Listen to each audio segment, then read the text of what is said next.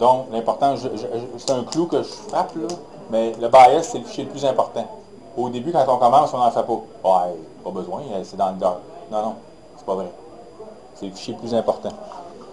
J'enlève ça, je le ferme. Je vais faire la même chose avec mon flat, ici. Flat binning 1, je l'amène là. Il va me sortir 3 fichiers, probablement. Youhou. OK. Mes 3 fichiers, même chose. Rejection I. Je vois tous les pixels qui a réjecté. Le low, même chose. Et voici mon master flat. Si je le stretch, voici ce que ça donne. Fait que ça donne un fichier dans lequel on a utilisé 15 flats pour en faire 1 mètre. OK. Je ferme ça. J'ai inspecté mes masters. Pourquoi je les ai inspectés? Parce que c'est important. J'ai fait ma calibration d'image. Je viens voir ces fichiers-là. S'il y a des trucs bizarres là-dedans, là, ça va se ramasser dans votre image. Là, je peux toujours vous dire qu'il va y avoir un bending horizontal dans l'image. OK? Même si j'ai fait du dithering, ça va être là. Je ferme ça. Je vais aller ouvrir maintenant Light Binning 1. Est-ce que tout le monde a ce fichier-là? Est-ce que tout le monde est passé à travers le process? Bon, okay. Si jamais ce n'est pas passé à travers, vous pouvez toujours le canceller en cliquant sur Pause Abort ici. OK? Ou si vous voulez le laisser faire, puis m'écouter, puis juste m'écouter, puis attendre que ça soit fini, ben suivez. Sinon, vous pouvez aller dans le ACIQ base ici, et vous pouvez ouvrir M51 intégration. Vous allez avoir ce même fichier-là. OK? Si vous voulez continuer où est-ce qu'on est rendu, pas attendre votre ordinateur, là, vous pouvez faire ça. Mais moi, je vais aller chercher mon base M51 Master, ici, Light Binning 1. Je rouvre ce fichier-là. Je suis pas capable de draguer comme ça. Il ne me le donne pas. Il te le donne pas? On regarde bien ça, je vais te l'ouvrir, ça. C'est mon live, ça. Ah non, non, mais ça, c'est la boîte de dialogue. Moi, je suis dans l'explorateur, là, ici. Là. Je viens dans mon explorateur. Je suis pas dans une boîte d'ouverture. OK? OK. Voici mon image telle qu'elle a été intégrée.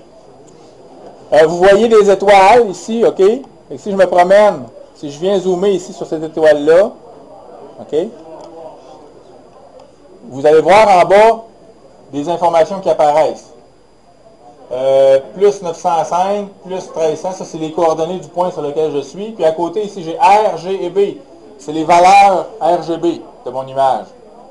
Ça c'est l'étoile la plus brillante de mon image. OK? Regardez l'étoile la plus brillante, R48, G20, B17. Cette étoile-là va être quelle couleur? Elle va être rouge. Elle va avoir une teinte rouge. OK? Est-ce que je suis proche de 99 ou est-ce que je suis à 1? Non. Elle n'est pas saturée. OK? Et pourtant, c'est le spot le plus élevé dans mon image. J'ai aucun endroit dans mon image qui est saturé à 1. Peut-être qu'il y en a un pixel chaud qui reste qui est à 1, là. Je ne dis pas le contraire.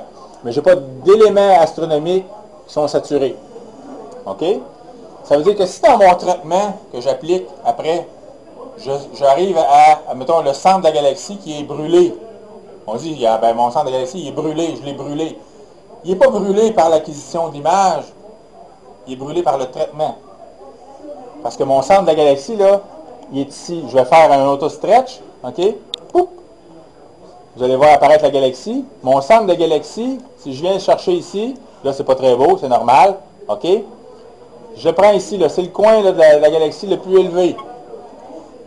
0,09, 0,05, 0,03. Ça, c'est entre 0 et 1. OK? Fait que mon rouge est à peu près à 10%. 10% de la plage dynamique. Fait que si dans mon image finale, j'ai quelque chose de brûlé dans le cœur de ma galaxie, c'est Bibi le responsable. C'est pas parce que j'ai exposé trop longtemps. Vous comprenez ce que je veux dire? OK? Le défi du traitement, ça va être d'être capable de montrer à la fois les portions de la galaxie qui sont dans le centre, qui sont quand même relativement brillantes, on s'entend à 0,1, OK? Et aussi les éléments moins brillants de la galaxie, puis là je vais venir, on la voit un peu là, je ne sais pas si vous le voyez, la queue, moi je la vois ici à l'écran, OK? Et là, je suis, dans le fond, je suis à 0,009. pas 0.09, 0.009, 10 fois moins brillant, ce secteur-là de la galaxie, que le cœur. Grosso modo, là. Okay? Vous voyez en bas, là, je ne sais pas si vous vous promenez dans votre image, vous voyez les statistiques ici. Une autre façon de voir les statistiques, c'est de cliquer sur l'image. OK? Ça fait apparaître une fenêtre de preview qui nous montre un petit zoom sur cette image-là. Et dans le petit zoom, puis là, OK? Ben, vous voyez les coordonnées XY du point, puis les valeurs RGB. Faites un petit peu attention, par exemple, parce que quand je me promène, évidemment, je peux voir mon fond du ciel ici qui est à 0.009, 0.001, 0.001. Vous avez vu tout à l'heure, là, j'étais là, puis j'avais du 0.001. Puis je suis dans le fond du ciel à côté, puis je suis à 0.001. Fait qu'il n'y a pas vraiment de différence, probablement, entre ça et ça ici. OK? Ensuite de ça, je vais attirer votre attention sur cette petite flèche qui est ici. OK? Ça, c'est la petite flèche de tous les mots. On clique dessus, et là, ça configure votre readout. Quand je clique ici, j'ai de l'information. Mais cette information-là, c'est quoi? Est-ce que c'est le pixel sur lequel, le pixel qui est dans le milieu? Est-ce que c'est 2 pixels par 2 pixels? Est-ce que c'est 3 pixels par 3 pixels? Est-ce que c'est 10 pixels par 10 pixels? Qu'est-ce que je vais avoir? C'est quoi l'information que je vais avoir? Bien, dans certains cas, on va vouloir avoir les données, on va vouloir avoir par exemple le RGB plus luminance, le RGB plus le Y qui est dans un autre système de colorimétrie et ainsi de suite. Je vous épargne le restant. Et quelques petits trucs en bas, OK? On va rester à RGB. Ensuite de ça, c'est quoi le readout mode? Est-ce que je vais avoir la moyenne, la médiane, le minimum ou le maximum? Là, ici, je vais avoir la moyenne. Bien, la moyenne, on s'entend si c'est plus qu'un pixel. Si c'est juste un pixel, ça va être la valeur du pixel qui est là. OK? On s'entend bien. Le probe size, ici, single pixel, 3, 5, 7, 9, 11, 13, 15. Il va y avoir des moments où est-ce que je veux l'avoir à 1 pixel. Je vais aller voir c'est quoi la valeur de ces pixels-là, parce que c'est important que je veux, par exemple, c'est des pixels chauds résiduels. Je veux savoir c'est quoi la valeur du pixel chaud résiduel. Si je veux être capable d'aller chercher avec des méthodes, faire single pixel. Si je veux savoir c'est quoi en moyenne la valeur de mon fond du ciel, à quel niveau je suis dans mon fond du ciel, bien, je vais aller chercher quelque chose de plus grand. Je vais avoir une représentativité plus grande avec une moyenne. Fait que je viens sélectionner ça ici. Normalement, là, il est à 1. Normalement, je vais le faire à 3 ou à 5 en fonction, de façon générale. OK? Fait que si je viens ici, bien, je vais cliquer sur une des étoiles.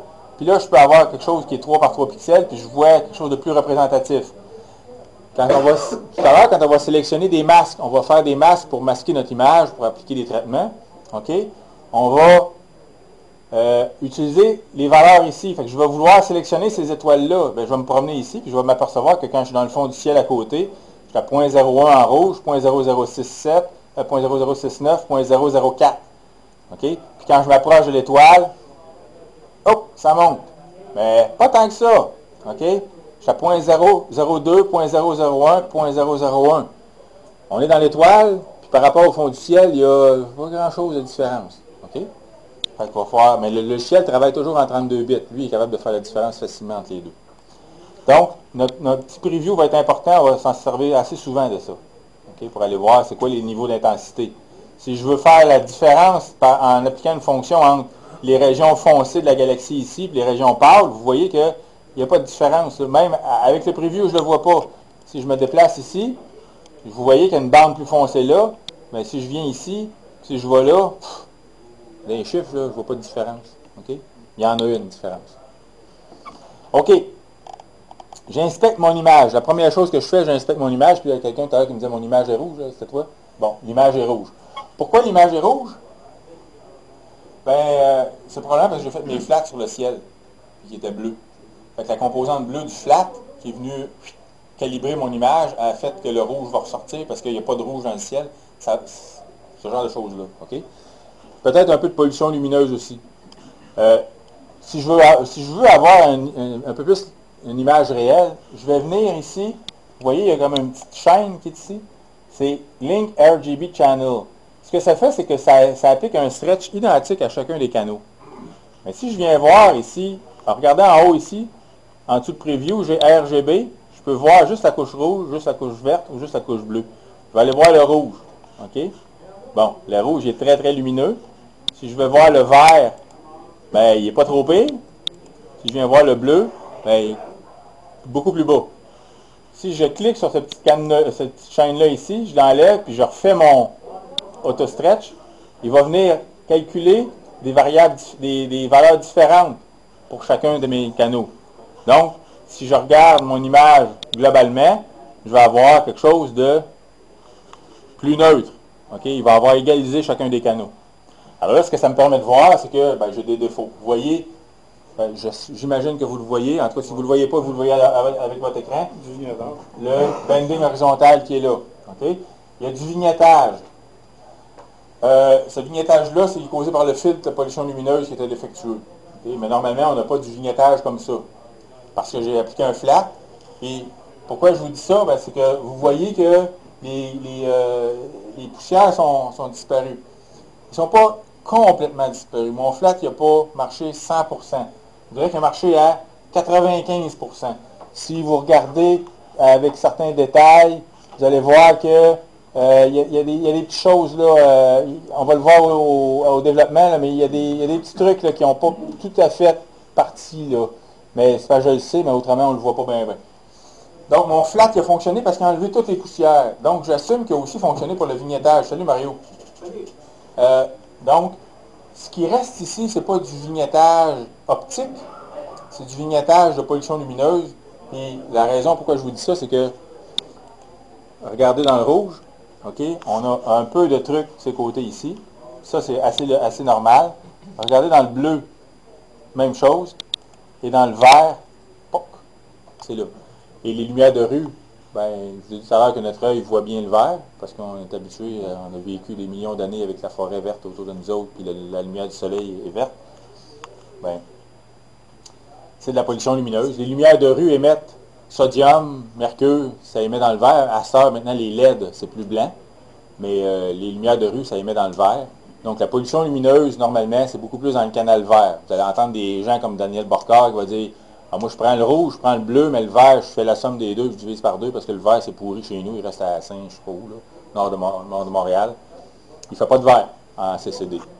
Okay? Parce que c'est la couleur qui est la plus affectée par la pollution lumineuse. Fait qu'ici, mon problème, c'est un problème de vert.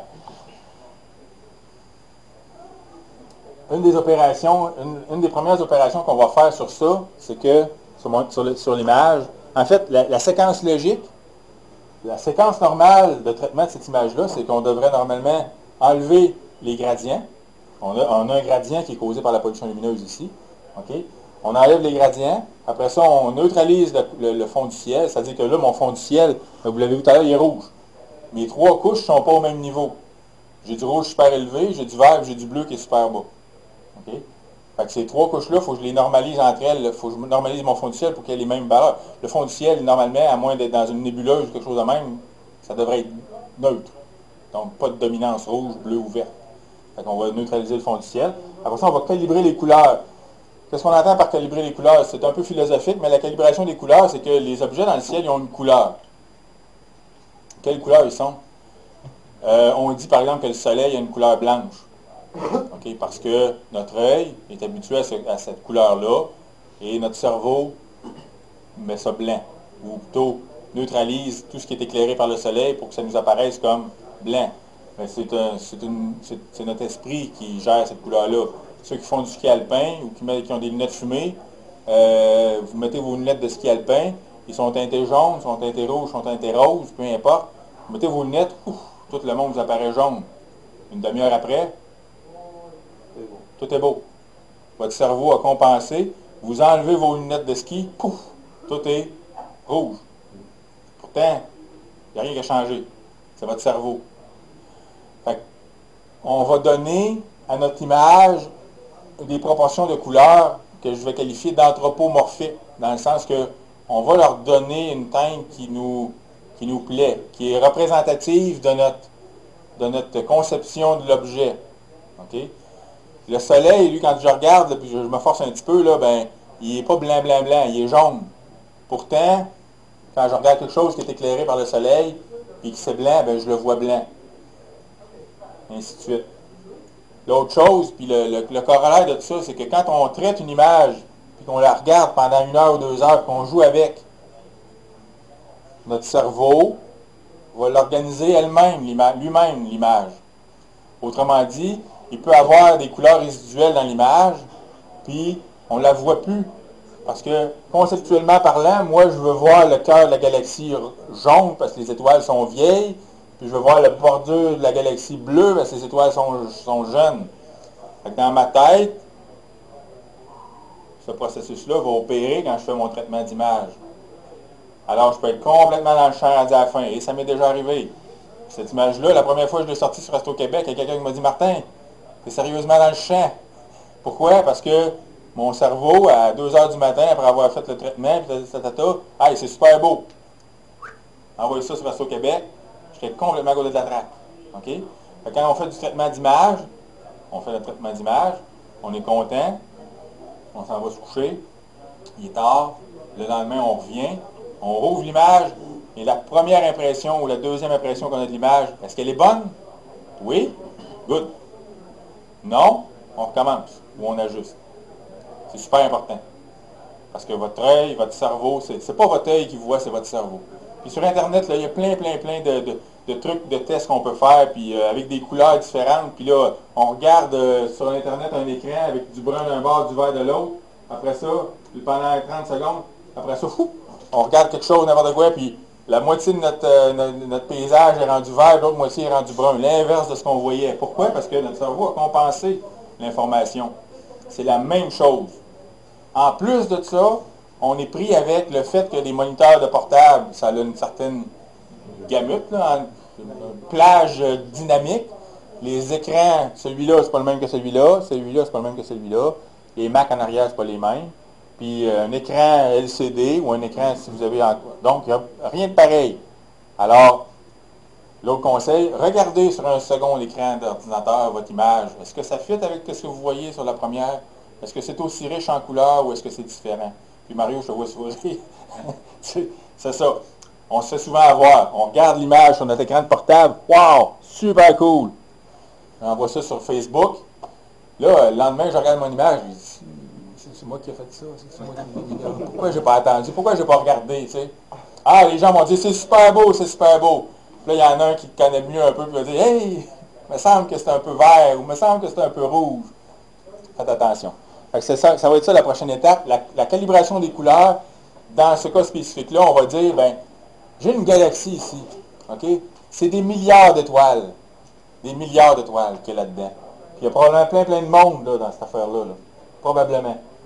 Et on va dire, le logiciel nous permet de dire, ben, toute la lumière qui vient de cette galaxie-là, on va la mettre égale à blanc. On va dire, ça, cet objet-là, globalement, il est blanc. OK? Et le logiciel va calculer, puis il va nous faire égaliser ça blanc, mais pas blanc partout, mais globalement, donc, on va voir les différences de couleurs entre les populations d'étoiles. C'est ça qu'on veut voir, les différences de couleurs entre les populations d'étoiles. Puis idéalement, que ça corresponde à notre préconception des objets. OK? Après la calibration des couleurs, on va recommencer à faire le stretch. OK? Avant de faire la calibration des couleurs, c'est bien important que notre fond du ciel soit, j'ai dit normalisé, mais aussi plat. Dans le sens plat, ça veut dire qu'on enlève ces choses-là ici. OK? Parce que, ben, ici, spécifiquement, dans le cas de ma galaxie, le fond du ciel a l'air quand même relativement plat, mais c'est juste une conception parce qu'une image est stretchée d'une certaine façon. Il faut enlever les gradients dans l'image avant de faire la calibration des couleurs. Donc, je me répète, on enlève les gradients, on neutralise le fond du ciel, on calibre les... Excusez-moi, ma toast de matin ne passe pas. On calibre le fond du ciel, on calibre les couleurs, et après ça, on stretch. On peut faire de la réduction de bruit, on verra, mais globalement, c'est ça. Qu'est-ce que je fais en premier?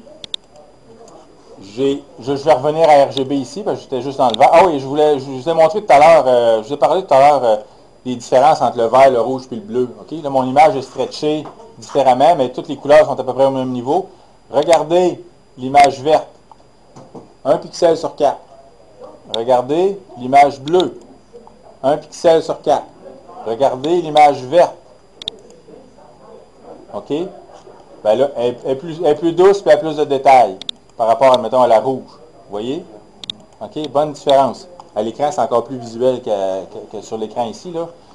L'image verte est beaucoup plus douce, beaucoup moins bruitée. Pourquoi? Parce qu'il y a 2 pixels sur le capteur. Fait que une des premières questions, pourquoi CCD, DSLR, quoi la différence?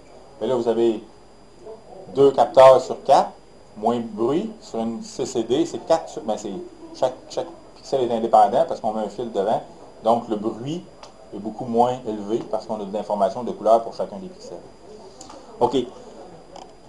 Le gradient, première des étapes. On a 2 processus. Ici, je vais dans Process. Il y a 2 processus pour enlever les gradients. Je vais dans Background Modelization. OK. J'ai Automatic Background Extractor ou j'ai Dynamic Background Extraction. Je vais prendre le DBE, Dynamic Background Extraction. OK. Et voici la boîte de dialogue. Ça, c'est un des outils les plus performants de PixInsight. L'image a été croppée déjà. Excuse-moi. Excuse-moi. Tu as écouté mon vidéo? Bon, je vais un peu trop vite. Je reviens ici. J'oubliais que, effectivement, dans l'image ici, en raison du dithering ou du déplacement, j'ai une bordure d'image ici qui est un peu bordélique. Je dois l'enlever, ça, parce que je ne veux pas avoir des points de mon modèle de background qui viennent là-dedans, parce que c'est pas de la bonne information. OK? Fait que ce que je vais faire, c'est que je vais faire un crop avant. Je vais aller dans Process Explorer, Dynamic Crop ici. OK? Je viens sélectionner ça. Mon Dynamic Crop est ici. Une fois que j'ai sélectionné Dynamic Crop, mon curseur se change, puis je peux venir cropper mon image ici. OK? J'aimerais ça peut-être voir cette étoile-là dans mon image. Ben là, je viens ici, puis j'agrandis ma zone de crop. OK? Juste pour inclure cet objet-là. Ensuite de ça, j'ai plusieurs possibilités. Soit que je prends mon triangle et je l'envoie dans mon image, OK, ou que je clique sur le petit X vert qui est ici. Execute. Je vais vous dire, celle-là, je ne sais pas pourquoi, mais normalement, il devrait avoir un point, un petit carré bleu, comme on l'a vu tout à l'heure. Je ne sais pas pourquoi ils ont mis une coche ou un X, là, mais oui, c'est comme ça. Fait que je vais prendre mon petit triangle, puis je le mets dans mon... pardon. Je n'ai pas le choix, il faut que je le mette ici, le X, comme ça. OK? Et qui vient de cropper. Si je veux conserver ces paramètres de crop-là, je les prends ici, puis je les amène là. OK? Je les mets sur mon bureau, puis je peux flasher ça, puis les récupérer n'importe quand. OK? Je n'ai pas vraiment besoin. Je vais le fermer. J'ai fait mon crop. Si je viens voir ici dans Process Explorer, puis je viens chercher mon histogramme. OK? Process Explorer, histogramme, transformation. C'est ce qu'on a vu tout à l'heure. Je viens sélectionner mon Light Binning 1. Je vais voir que toutes mes informations dans mon image sont ici. Ou presque. Le fond du ciel, il est là. Collé. La job de développement, c'est de prendre cette information-là et de la répartir plus uniformément sur le long de l'histogramme. Donc, au final, notre histogramme, à la place d'être tout collé ici, il va être distribué sur toutes les valeurs de la plage dynamique. Si je fais undo ici, OK, je vais juste, en utilisant la roulette de ma souris, ici, je suis capable de venir zoomer. OK? Je zoome. D'accord? Essayez ça. Vous voyez 3 courbes. Une rouge, qui est élevée, une verte et une bleue. Ils ne sont pas à la même place. Ça veut dire que mon image n'est pas calibrée. OK? Le fond du ciel n'est pas neutralisé. Les 3 couleurs ne sont pas à la même place. Le fond du ciel devrait être gris. Donc, les 3 couleurs devraient correspondre. Là, ce n'est pas le cas. On l'a vu tout à l'heure, au début, l'image était très rouge. Pourquoi? Parce que le rouge est prédominant. OK? Mais avant ça, si je viens, là, ici, notre courbe est assez propre. Là. Normalement, si je fais un undo ici, puis là, le undo, c'est la flèche qui est là. OK? Undo. Ben, ça paraît pas trop, puis j'ai pas trop de garbage, là. OK? Ici. Mais normalement, là, des fois, il y a des bandes noires sur le bord de l'image, puis c'est ici que ça va apparaître. Il va y avoir un grand pic ici qui va être sur le noir. Fait qu'en croppant, là, on vient enlever ce noir-là. Fait que je vais juste faire un redo ici. Redo Dynamic Crop. OK? Et là, c'est avec cette image-là que je vais travailler. Je pourrais la sauver, si vous voulez. Si vous voulez la sauver, il n'y a pas de problème. Vous pouvez l'appeler M51 Crop. OK? Puis là, c'est encore en format linéaire. Vous commencez à travailler là-dessus. Fait que vous n'avez pas besoin de revenir, et ainsi de suite. Donc, je vais commencer par faire enlever mon gradient. Dans la vidéo, une des opérations que je faisais, c'est que j'enlevais le bending ici avant. OK? Oui ou non? On fera la fonction plus tard, mais je le faisais au début. Il n'y a pas de raison, on peut le faire après, on peut même le faire à la fin. Il n'y a pas de problème. Le bending, ben, c'est sûr que la force de PixInsight, c'est que dans un logiciel comme Photoshop, Photoshop s'attend de voir des images de la réalité. C'est des images déjà stretchées. Vous prenez une photo, vous la sauvez en JPEG, l'image est stretchée. OK? Elle est déjà traitée, elle est stretchée. Fait que Photoshop prend ça. Lui, il travaille dans une plage dynamique qui est entre 0 et 255. Vous connaissez, 0 et 255. En réalité, il ne travaille pas en 8 bits. Il travaille, oui, il va travailler en 8 bits, 255, 256. 0 plus les 255 valeurs, ça fait 256 et 8 bits. Il peut travailler en 16 bits aussi. Ça va être 0 à 65 000 quelque chose. OK? 64, 65, là. La façon dont Photoshop travaille, ben ici, on a des valeurs qui sont tellement proches l'une de l'autre que la précision de Photoshop ne permet pas de travailler sur les images en format linéaire. De façon générale, les gens commencent tout de suite par stretcher leur image. Puis après ça, ils enlèvent le gradient puis ils font des opérations dessus. Okay? Mais là, il y a beaucoup d'opérations qui sont importantes de faire quand l'image est en format linéaire. C'est ça que je viens de vous dire. Le retrait du gradient, la neutralisation du fond du ciel, la calibration des couleurs. On va le faire tout de suite en partant. Après ça, on va stretcher. OK. Mes trois couleurs sont séparées. J'ai mon Instagram ici. Je suis prêt à faire mon... Je vais juste minimiser ça ici. Je vais garder mon Instagram parce qu'on va s'en servir souvent. Je vais juste cliquer sur la petite icône qui est là. OK. Et je viens... On va la placer en bas ici comme ça. OK. Je reviens aller chercher mon process, background, dynamic background extraction. OK. Et là, ici, j'ai plusieurs éléments. Le premier, c'est qu'il faut dire à ce process-là avec quelle image tu veux travailler. Il faut cliquer dans le milieu de notre image. Il va venir placer un X, une croix. Cette croix-là a une signification. Normalement, on devrait la placer à peu près dans le centre géométrique du gradient qu'on essaie d'enlever. OK? Si, par exemple, votre télescope est très, disons, mal collimaté, puis vous avez encore du vignettage qui reste, votre vignettage va être comme tassé du côté que la collimation est décalée. OK? Fait que ça, c'est une des façons de voir si on est collimaté ou pas. Si vous avez du vignettage dans votre télescope qui est dans un coin carrément, puis c'est clair là, puis ça s'en va comme ça, puis c'est circulaire, vous êtes décollimaté. Mais normalement, si je peux enlever du vignettage avec cette fonction-là, mais il faudrait que je place mon X ici dans le centre géométrique. Oups. Dans le centre géométrique, là je viens de faire un point, là, je vais l'enlever. Dans le centre géométrique du gradient que je vais enlever. OK, ça travaille mieux. OK. Une fois que j'ai cliqué sur mon image, je vais avoir deux endroits essentiellement où est-ce qu'ils vont être importants. Ça va être dans Sample Generation, ici, où est-ce que je vais pouvoir faire générer des points d'échantillonnage du gradient. Fait que je viens ici, je vais faire Generate. OK, je clique là, Generate. Je vais prendre par défaut les éléments qu'il va me proposer. Alors, qu'est-ce que je vois? Bien, essentiellement, je ne sais pas si vous le voyez à votre écran. Je vais vous le montrer ici. Il est venu placer un point là, il est venu placer un point ici et un point ici. Donc, avec les paramètres par défaut de tolérance ici, il a placé 1, 2, 3, 4 points. Si je viens voir ici, Selected Sample 1 de 4. Ben avec ça, je ne fais pas un gros gradient, un gros modèle de fond du ciel. Ça prend plus de points. Okay? Mais avec les paramètres de tolérance que je lui ai donnés, c'est les 4 seuls points qu'il a trouvés. Ce que je vais faire, c'est que je vais augmenter la tolérance ici. OK, ça, c'est l'autre paramètre qu'on peut changer, qui est important. Je vais le monter à 3. OK, puis je vais lui demander de régénérer un modèle, un échantillonnage pour le fond du ciel. OK, et là, tout d'un coup, il vient de me donner pas mal plus de points.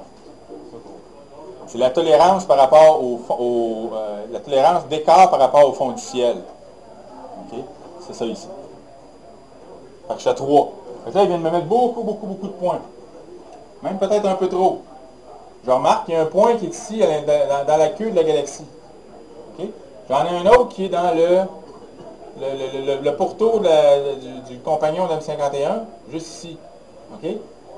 si j'utilise ces points-là pour faire mon modèle de background, ben, on risque d'enlever de l'information ici. Je vais l'essayer. Qu'est-ce que je fais pour essayer ça?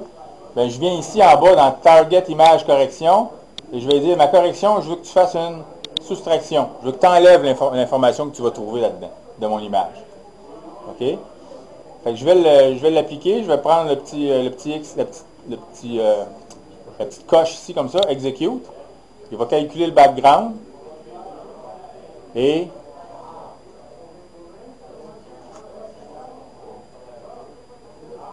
Excuse-moi, Martin, moi, ouais. si j'ai un problème vraiment niaiseux, là, mon écran est pas assez grand, puis j'ai limité. Ben, il faut que tu peux minimiser ici cette portion-là de l'écran. Si la fenêtre ici est trop grande, là, minimise, viens cliquer sur le titre ici, ça va disparaître, tu vas pouvoir avoir accès au bas de...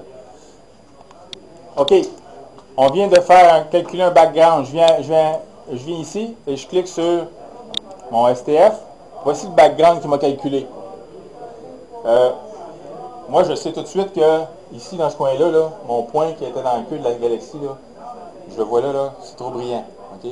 Fait qu'il va avoir surcorrigé à cet endroit-là. On va aller voir, OK? Dans la nouvelle image qu'il vient de créer, je vais aussi faire un stretch. OK? Comment je fais pour savoir que ça n'a pas bien été? C'est noir autour de la galaxie. Vous voyez qu'il y a un halo, effectivement. Il y a un halo noir autour de la galaxie.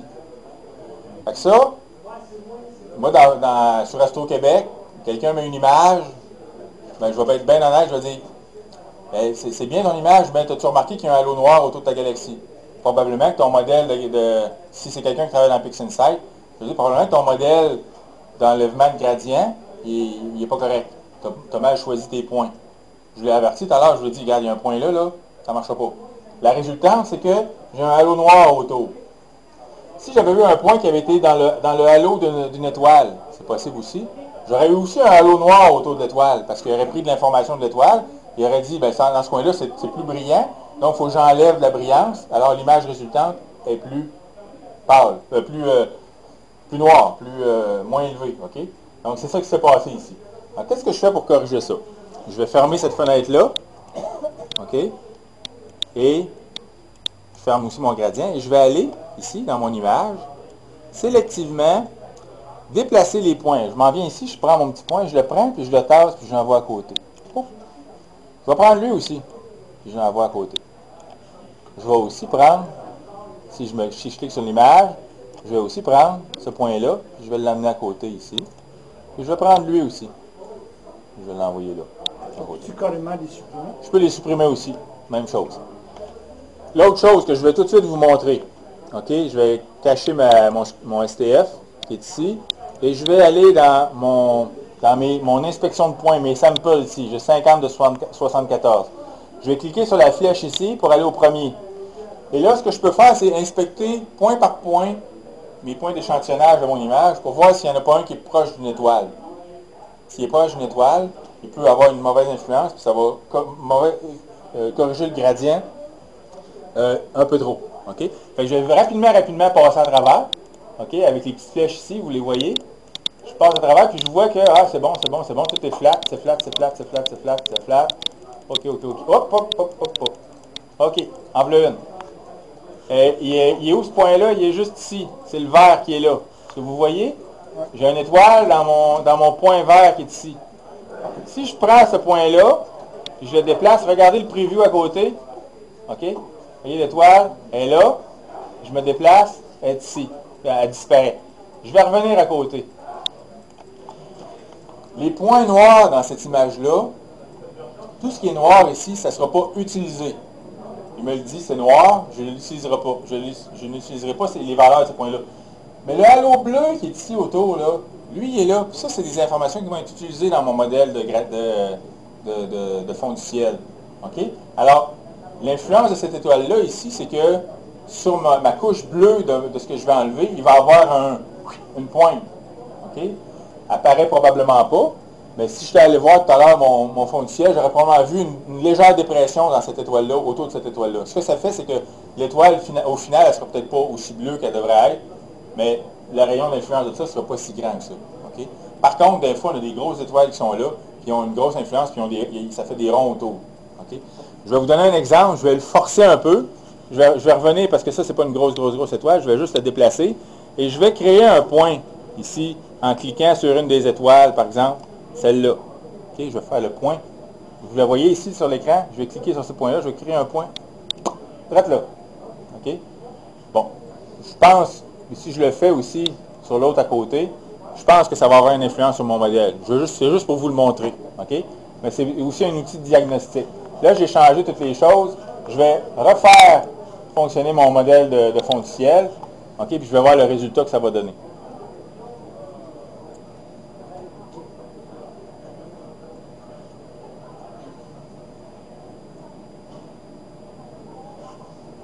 OK. Voici mon modèle de fond du ciel. Je vais le stretcher avec mon STF. Je viens cliquer ici. Okay. Pas trop d'influence dans mon modèle comme tel. Peut-être un peu, mais je vais voir après, ici, dans mon image. Ben, quand même pas si mal. Probablement parce que c'est une étoile bleue. Si je viens voir mon bleu ici, il n'y a pas eu vraiment d'influence. Mon exemple n'a pas bien fonctionné, malheureusement. Par contre, je vous dis que si, dans une image, vous vous ramassez avec un spot bien foncé à un endroit, ben c'est probablement parce qu'il y a une étoile dans ce secteur-là qui a été intégrée dans le modèle. Là, ça n'a pas marché, là. Quand on veut le faire, ça ne marche pas. Quand on ne veut pas, ça marche. Donc, le but, c'est d'avoir le plus de points possible pour uniformiser. Pas nécessairement. Pas nécessairement. L'outil, comme je vous dis, là, il est extrêmement puissant. Il vous permet d'être discret. Parce que, je vais vous dire, là, l'enlèvement des gradients dans une image, là, ça doit se faire tout de suite. Après le crop, on enlève les gradients. Okay? C'est l'inverse dans Photoshop, parce que dans Photoshop, les gradients, on ne les voit pas tant que ce n'est pas très développé. C'est ça, on va peut-être les couleurs. Non, c'est ça. Là, ici, là, c'est parce que tout va dépendre. Notre calibration des couleurs, tout ce qu'on va faire après, ça dépend de la qualité de la neutralité du fond du ciel. C'est important qu'on le fasse au début. C'est vraiment la première étape. Puis dans la majorité des cas où est-ce que quelqu'un me dit hey, « Martin, j'ai une image, puis ça ne marche pas, je ne réussis pas à avoir quelque chose d'intéressant. » Et où le problème? C'est dans le fond du ciel. Tu sais, on va toujours dire « Ah, ben, il me reste un fond du ciel qui est un peu bizarre dans ce secteur-là, c'est rougeâtre. » Ben, c'est souvent à cause de ça que l'image, que PixInsight a un peu de misère ou que la personne a un peu de misère à calibrer son image ou à faire ce qu'elle veut avec. Okay? Donc, c'est important, la réduction de piste. Vous voyez là, maintenant, si je reviens ici, puis je vais en RGB. C'est quoi la différence entre avoir beaucoup de points et moins de points? Bon, beaucoup de points, c'est que ça dépend du gradient que tu as. Là, ici, le gradient que j'avais, si je reviens à mon image originale, c'est un gradient qui est un peu bizarre, qu'on n'a pas nécessairement. Si vous remarquez l'image ici, le gradient, il est compris dans cette portion d'image-là ici. OK? Après ça, c'est assez plat, et ça remonte ici. Donc, j'ai comme deux pentes à chaque bout, puis après ça, j'ai quelque chose d'assez plat. OK? Des fois, ça va être quelque chose de très homogène, je vais avoir besoin de 4 points. Je vais prendre un point dans un coin ici, un point dans un coin là, un point ici, puis un point ici. Puis je vais enlever complètement le gradient, parce que c'est un gradient de pollution lumineuse qui est causé par un lampadaire. Fait que ça va être une pente dans mon image. Si j'enlève d'autres choses que ça, je peux enlever de la vraie information. Dans ce coin du ciel-là, il y a peut-être des choses qui ne sont pas nécessairement des gradients de pollution ou de vignettage, mais des vraies choses qui existent. Là, Mario? Moi, je me suis rendu compte qu'à un moment donné, j'expérimente pas mal avec ça. Je me suis rendu compte pour ce qui est de l'espacement des points. C'est une technique que j'ai explorée qui fonctionne assez bien. Quand tes points sont très distancés au début, pour enlever les gradients qui sont bien longs, j'espace beaucoup les points, comme tu dis. Et puis ça va enlever les grands gradients parfaitement. Mais on continue par la suite. Si tu stretches ton image beaucoup, tous les petits défauts, des petites poussières qui vont. Des petits défauts, là, écoute, je peux me faire 80, des colonnes de 80 qui sont en point.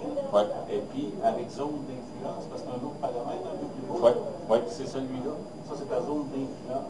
Ce que c'est que finalement, tu peux faire disparaître même des petites poussières. Ça va égaliser Ouais. Mais ça se fait comme en 2 étapes. Donc, on Ouais. peut faire la qualité des points plus importante. Oui, effectivement. Ben, en fait, Il faut que les adaptes au bon moment. En fait, le meilleur modèle de fond du ciel, c'est celui qui fait la job avec le moins de points possible.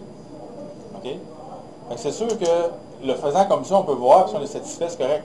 Ça, là, on peut passer des soirées sur une image à gosser après ça. Là, je veux dire, je suis satisfait de ça, mais on peut passer des soirées. Puis des fois, j'ai des problèmes.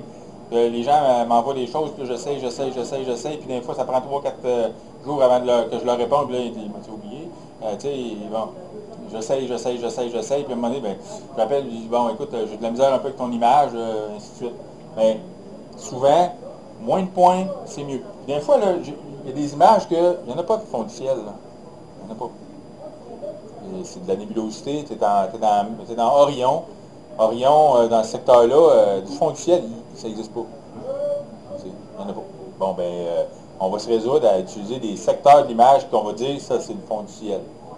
Mais tu prends ton image, puis tu dis, ben, tu vois Orion, puis là, tu prends l'image du gars qui a posé 5 heures de temps ou 10 heures de temps, puis tu t'aperçois que tes points que tu disais, c'est du fond du ciel, c'est tout de la nébulosité. Fait que, tu sais, il faut t'arrêter en quelque part. OK, je ne veux pas prendre trop de temps, il est déjà 11h10. Vous voyez un peu le concept. Je vous invite à expérimenter. Il y a un autre paramètre que Mario vient de parler, c'est le smooth factor. Smooth factor ici, c'est que le modèle qui va être généré, est-ce que je veux qu'il passe, puis là je ne sais pas s'il y en a des mathématiciens dans vous autres, là, mais est-ce que je veux qu'il passe par tous les points qui ont été échantillonnés, malgré le fait qu'ils peuvent être un peu haut, un peu bas, ou bien je veux qu'il fasse un lissage. On a affaire avec un gradient. OK? Un gradient, là, à part dans ce cas-là, puis ça c'est un bon exemple, qui est causé par un filtre défectueux, le gradient, c'est quelque chose ça le dit, c'est quelque chose de graduel. Donc si je suis obligé de passer par tous les points pour enlever mon gradient, c'est peut-être parce que j'enlève des vraies affaires. C'est possible. Mais ça se peut aussi que j'ai une problématique qui fasse que j'ai des spots, c'est patchy dans mon image, puis c'est de même, puis je veux toutes les enlever, bien il faut que je sois faut que je me colle plus à la valeur des points. Fait que je vais mettre un smoothing factor de 0. Fait que là, il va vraiment passer par tous les points. Des fois, j'ai des coins. Je vais avoir un coin ici là, qui va rester bien rouge. OK? Ben, je vais faire un petit modèle dans ce coin-là. Ici, je vais mettre un smoothing factor de 0. Fait qu'il va passer par tous les points et il va l'enlever au complet. Il faut faire attention, par exemple, parce que je ne veux pas faire ça partout dans l'image. Il y a des stratégies. Là, je vais rester dans le très simple, mais smoothing factor, c'est vraiment... si je le mets à 5, ben, il va passer. C'est comme quand vous avez un graphique avec plein de points, là, puis là, vous faites une courbe à travers ça, ben, si la courbe est smooth, ben, elle va passer par l'ensemble des points. Si vous mettez un smoothing factor de 0, la courbe va passer par le plus de points possible. OK? Il faut faire attention, ça peut générer des choses qui ne sont pas vraiment réelles. OK, je vais arrêter avec le background. Si vous voulez asseoir, s'il y en a qui ont des images, qui ont des problèmes de background, de pollution lumineuse, on pourra essayer des trucs que je connais, là, mais c'est vraiment du cas par cas. Là. Puis dans toutes les choses, là, ce que je vous montre aujourd'hui, c'est vraiment le cœur de la recette, c'est les ingrédients principaux. Le restant, pour chacune des images, il y a des choses qu'on fait ou qu'on a fait. Bien, tout ce que je vous montre là, on le fait, mais il y en a d'autres qui vont nécessiter plus d'intervention, comme appliquer un modèle de gradient plusieurs fois de façon itérative pour enlever successivement des structures ou de la pollution. Bon. Dans ce cas-là, ici, ça me donne une image que, si vous la regardez à votre écran, vous allez dire, ouais, il y a peut-être encore un peu de trucs bizarres, puis de fond du ciel, ça va dépendre de ce que je veux montrer. Moi, sur mon écran, là, ce que je veux montrer, l'image finale que je veux montrer, je veux voir ça ici. OK? Puis sur l'image, là, je le vois un peu, là, il y a comme un pouce ici qui part comme ça. Okay? Je le vois sur mon image. Je veux que ça sorte. Je veux que ça soit évident. Fait que je vais travailler mon image pour être en mesure de montrer cet aspect-là. Ça se peut que je ne sois pas capable au final, qu'il y ait trop de bruit, peu importe. Mais c'est mon objectif principal, c'est que mon image finale, je vois le pouce ici, puis je vois aussi l'espèce de zone qui est un peu rougeâtre ici, puis qui est bon, on sait que ça s'en va, ça fait ça là, normalement, là, ça fait un truc de même. Là, je ne le vois pas sur mon image, je suis pas capable de sortir ça, mais je veux voir cette portion-là de la galaxie aussi. Okay, je me fixe des objectifs. C'est ça que je veux dire, je me fixe des objectifs. Il faut être réaliste. Si j'ai pris 25 heures de temps de pause, là, mes objectifs vont être là. Si j'ai pris 30 minutes, mes objectifs vont être là. Il faut être réaliste. Okay? Des fois, pour une raison X, on a 30 minutes de temps de pause, puis oh, on est capable d'avoir des objectifs plus élevés que ce qu'on pensait. Le signe était bon, pas d'humidité, de stabilité de ciel, incroyable. Wow, super. Mais il faut avoir des objectifs, montrer notre image, qui sont proportionnels au temps de pause qu'on a mis. Mais si on a mis beaucoup de temps de pause, mais que le guidage était pourri pour une raison X, on n'a pas pris le temps de regarder ça, ou qu'on est allé se coucher, puis que ça a parti tout croche, puis que là, j'essaie de récupérer ça, c'est sûr que ça, on se fixe les objectifs en fonction de la qualité de nos images, puis du temps de pause qu'on a. OK. Je vais fermer le DBE ici, la fenêtre de DBE, je la ferme. Yes. Si je voulais la recycler, si je voulais éventuellement appliquer une deuxième fois ce modèle-là plus loin dans mon traitement, OK? Parce que je veux peut-être corriger certains éléments. Qu'est-ce que je fais? Le petit triangle, je le prends, je le sauve sur le bureau ici, et une fois que j'ai fermé ça, je peux le récupérer. Hop, même point, même chose. Peux-tu les renommer? Parce qu'on voit toujours Process 03. Oui, ça peut toujours se renommer ici. C'est Set Icon Identifier. Donc, le Process 03, je peux l'appeler DBE. OK? Voilà. Ici, ça, c'est l'image de mon ami qui reste à l'autre bout de la planète, puis qu'il me dit, Martin, j'ai des problèmes avec mon image. Ben, je lui dis, envoie-moi sur le Dropbox. Puis une fois que j'ai réussi à faire l'enlèvement du background comme il faut, je sauve ça, je l'envoie par la poste, puis j'envoie par courriel. Puis il rouvre ça, il prend son image, puis il l'applique, puis il voit exactement ce que j'ai fait. Ça, c'est super pratique. OK, je ferme ça. Maintenant, j'ai mon image avec laquelle, là, normalement, je vous dirais, je vais fermer l'autre, le Binning 1, je la ferme. OK. Là, normalement, je vous dirais peut-être que je ne serais pas vraiment satisfait si j'étais chez moi et que j'essayais, il y a peut-être encore des choses que je voudrais enlever, mais il faut arrêter à un moment donné. On part avec ça. Prochaine étape, la calibration du fond du ciel. Normalement, si nos gradients ont été bien enlevés, notre ciel devrait déjà être bien calibré. Okay? Ça veut dire qu'il devrait être neutralisé. Pourquoi? Parce que chaque couche RGB du modèle de fond du ciel est venue ajuster chacune des couleurs. Et si je regarde, par exemple, ici, je vais juste recliquer sur ma chaîne ici pour relier mes couches. Ici, j'ai cliqué là-dessus, je reclique sur ça. Vous voyez que, bon, ça m'apparaît quand même un peu vert, mais de façon générale, ma teinte rouge est disparue. OK? J'ai recliqué sur la chaîne, j'ai recliqué sur le nuke, puis mes couleurs sont disparues. Elles ne sont pas bonnes, les couleurs, c'est pas ça que je veux avoir, mais j'ai plus la teinte rouge que j'avais. Puis ici, là, Show Readout Preview. Ici, il était décoché, je ne sais pas pourquoi. Je n'ai pourtant pas changé ça. Je reviens ici. Vous voyez le preview. Bon. Regardez maintenant les valeurs que j'ai dans le fond du ciel. 0.004, 0.0039, 0.0039. Ça veut dire que, de façon générale, mon RGB est à peu près égal. OK? Ici, j'agrandis ici mon probe size, puis je le mets à, si je le mets à 15, OK, puis je reviens dans mon fond du ciel, 0.038, 0.039, 0.039. Je pourrais aller voir dans ce coin ici, 0.039, 0.0039, 0.0040, 0.0040. Je m'en viens ici. 0.0041, 0.0040, 0.0039. Ce que ça me dit, ça, mon image maintenant flat. Ça veut dire que dans les 4 coins, j'ai les mêmes valeurs. À 4 chiffres après le point. C'est pas pire. OK? J'ai plus de gradient là, à grande échelle dans mon image. Je peux maintenant procéder. La prochaine étape, neutralisation du fond du ciel. Normalement, si je n'avais pas eu de gradient enlevé, je procéderais à cette étape-là. Là, je vais vous la montrer quand même parce que c'est une étape importante, comment la faire, mais mon ciel il est déjà pas mal calibré. Ce que je vais faire, c'est que je vais aller avec Preview ici, dans mon New Preview Mode que je vous ai montré tout à l'heure. Je clique là-dessus, puis je vais venir me sélectionner une portion de l'image qui est représentative du fond du ciel. OK? Je vais aller prendre ce secteur-là ici comme ça. C'est assez représentatif, je n'ai pas OK? Ensuite de ça, je vais aller dans Process, je vais aller dans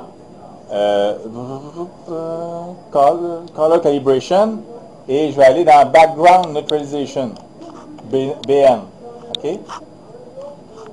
Qu'est-ce que j'ai besoin pour ça ici? J'ai besoin d'avoir une référence image, c'est-à-dire qu'est-ce qui est représentatif du fond du ciel dans mon image, de spécifier la lower limit, la upper limit des valeurs que je veux avoir, et j'envoie ça sur l'image. Je vais dire au process, viens sélectionner mon preview ici. OK? Je clique sur ça ici. Je viens dire, prends mon preview qui est là. OK? Alors, ma référence de fond de ciel, ça va être le preview qui est là. Ensuite de ça, la lower limit, upper limit, ben, ce que je peux venir faire, puis là, je viens juste cliquer sur cette icône-là ici, parce que je suis en mode preview. Je viens juste cliquer ici. OK? Puis là, je peux retourner voir les choses. Si je prends 0.01 dans mon image, ben, il va ramasser, je vais choisir une étoile. Vous voyez que je suis à 0.02.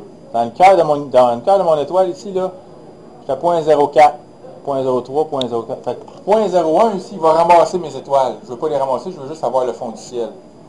Fait que je vais aller avec les valeurs de fond du ciel que j'ai là, 0.004, 0.039. Fait que je vais utiliser ici, dans mon upper limit, je vais utiliser 0.05, qui est la valeur, quand je viens voir ça ici, 0.004, 0.039, toutes mes valeurs de fond du ciel sont en dessous de cette valeur-là. Fait qu'il va prendre tous les pixels qui sont entre 0 et 0.05. J'envoie le petit triangle sur mon image. OK? On ne devrait pas voir de changement majeur. OK? D'ailleurs, il n'y en a pas bien. Si je reviens ici, OK? Je fais undo, il n'y a pas grand-chose qui a changé. Pourquoi? Parce que ma réduction de background tout à l'heure, elle était assez efficace pour neutraliser le fond du ciel.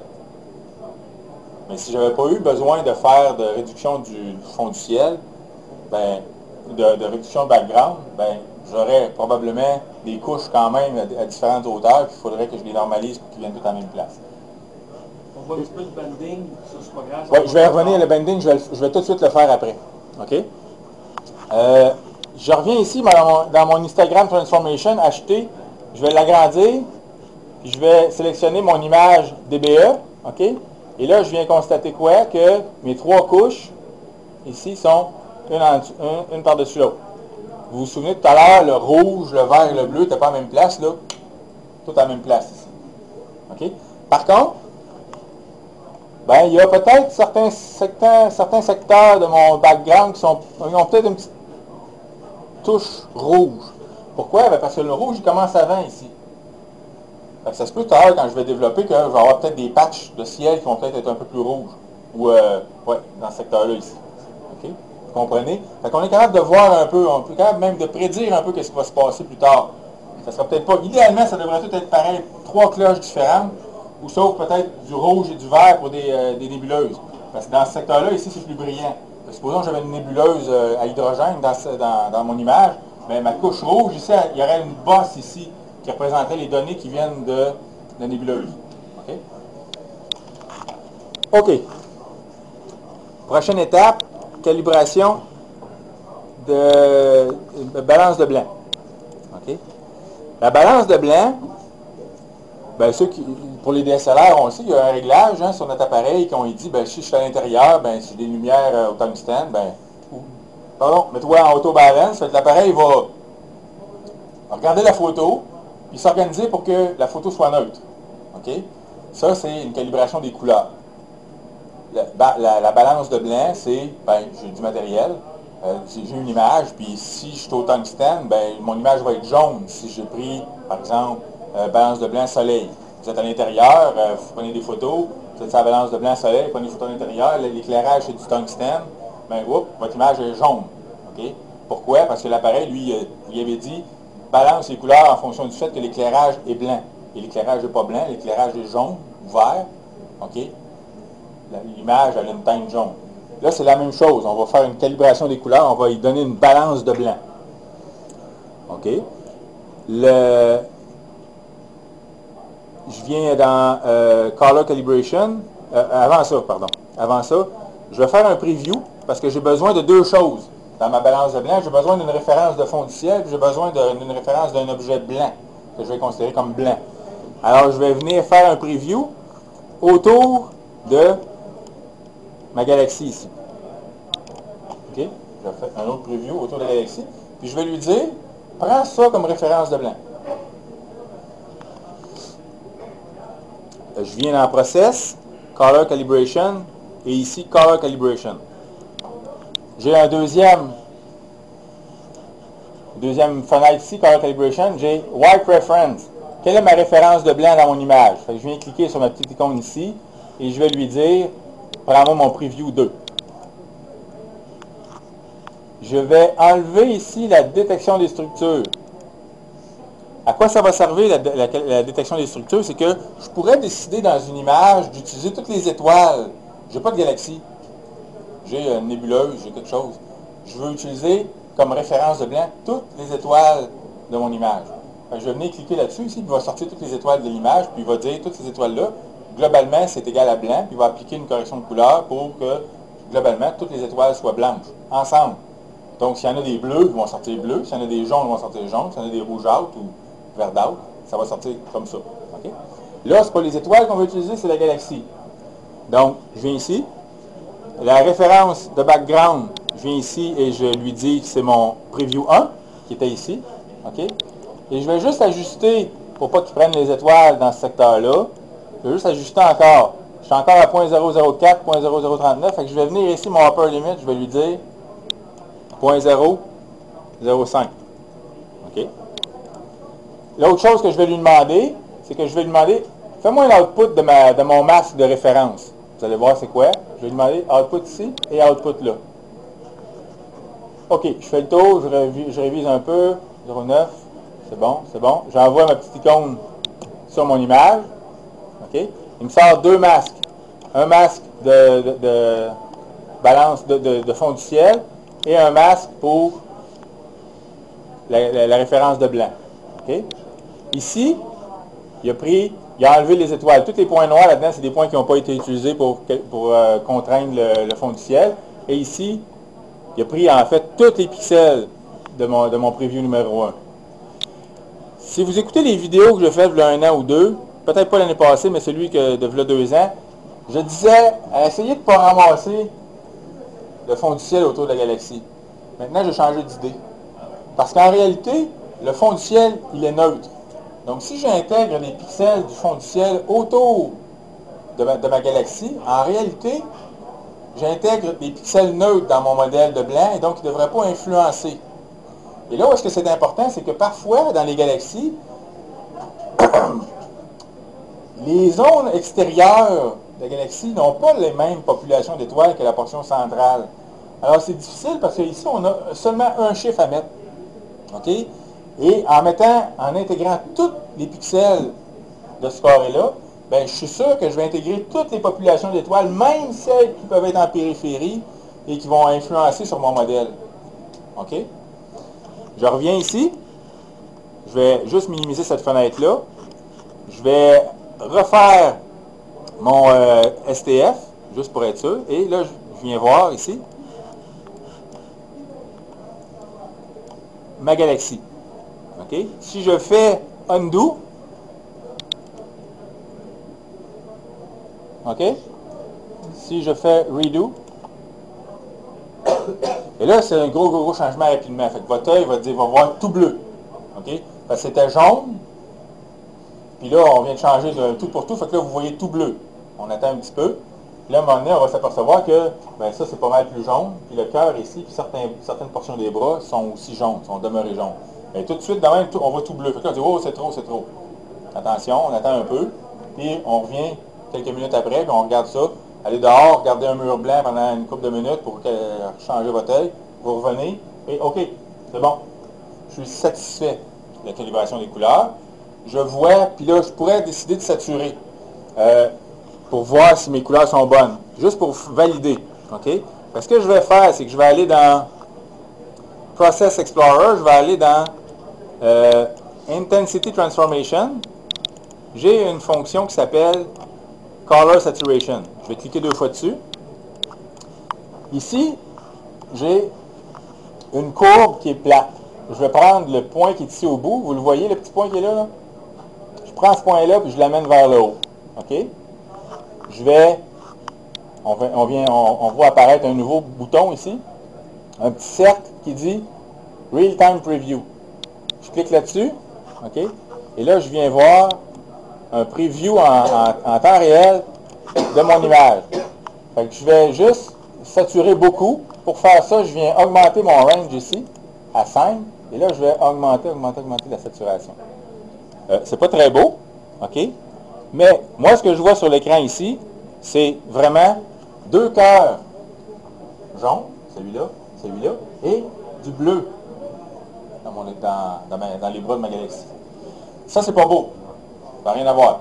Mais ce que ça me dit, c'est que mes couleurs de galaxie sont comme je les vois en tant qu'être humain, c'est-à-dire les populations d'étoiles du centre vieilles en jaune et les populations en périphérie ou en périphérie des bras d'étoiles plus jeunes en bleu.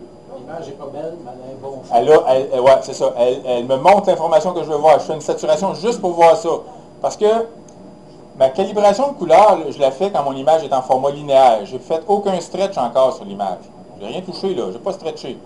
J'ai un stretch ici de screen de STF, mais je n'ai pas encore joué avec l'histogramme de mon image. OK? La calibration des couleurs, après ça, les couleurs, moi personnellement, je n'y touche plus. Il y a des gens qui vont dire, ah, ben ton image est un petit peu trop verte, fait qu'on va prendre l'histogramme, on va prendre le vert, on va le descendre par en bas.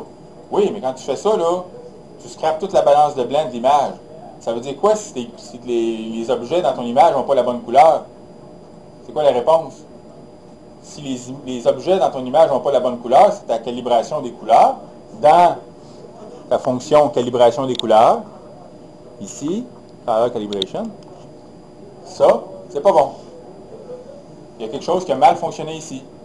Fait que si dans mon processus itératif de développement de mon image, j'arrive à la fin et ma galaxie n'a pas les bonnes couleurs, ben, qu'est-ce qu'on fait? Moi, ce que je fais personnellement, c'est que je les tricote.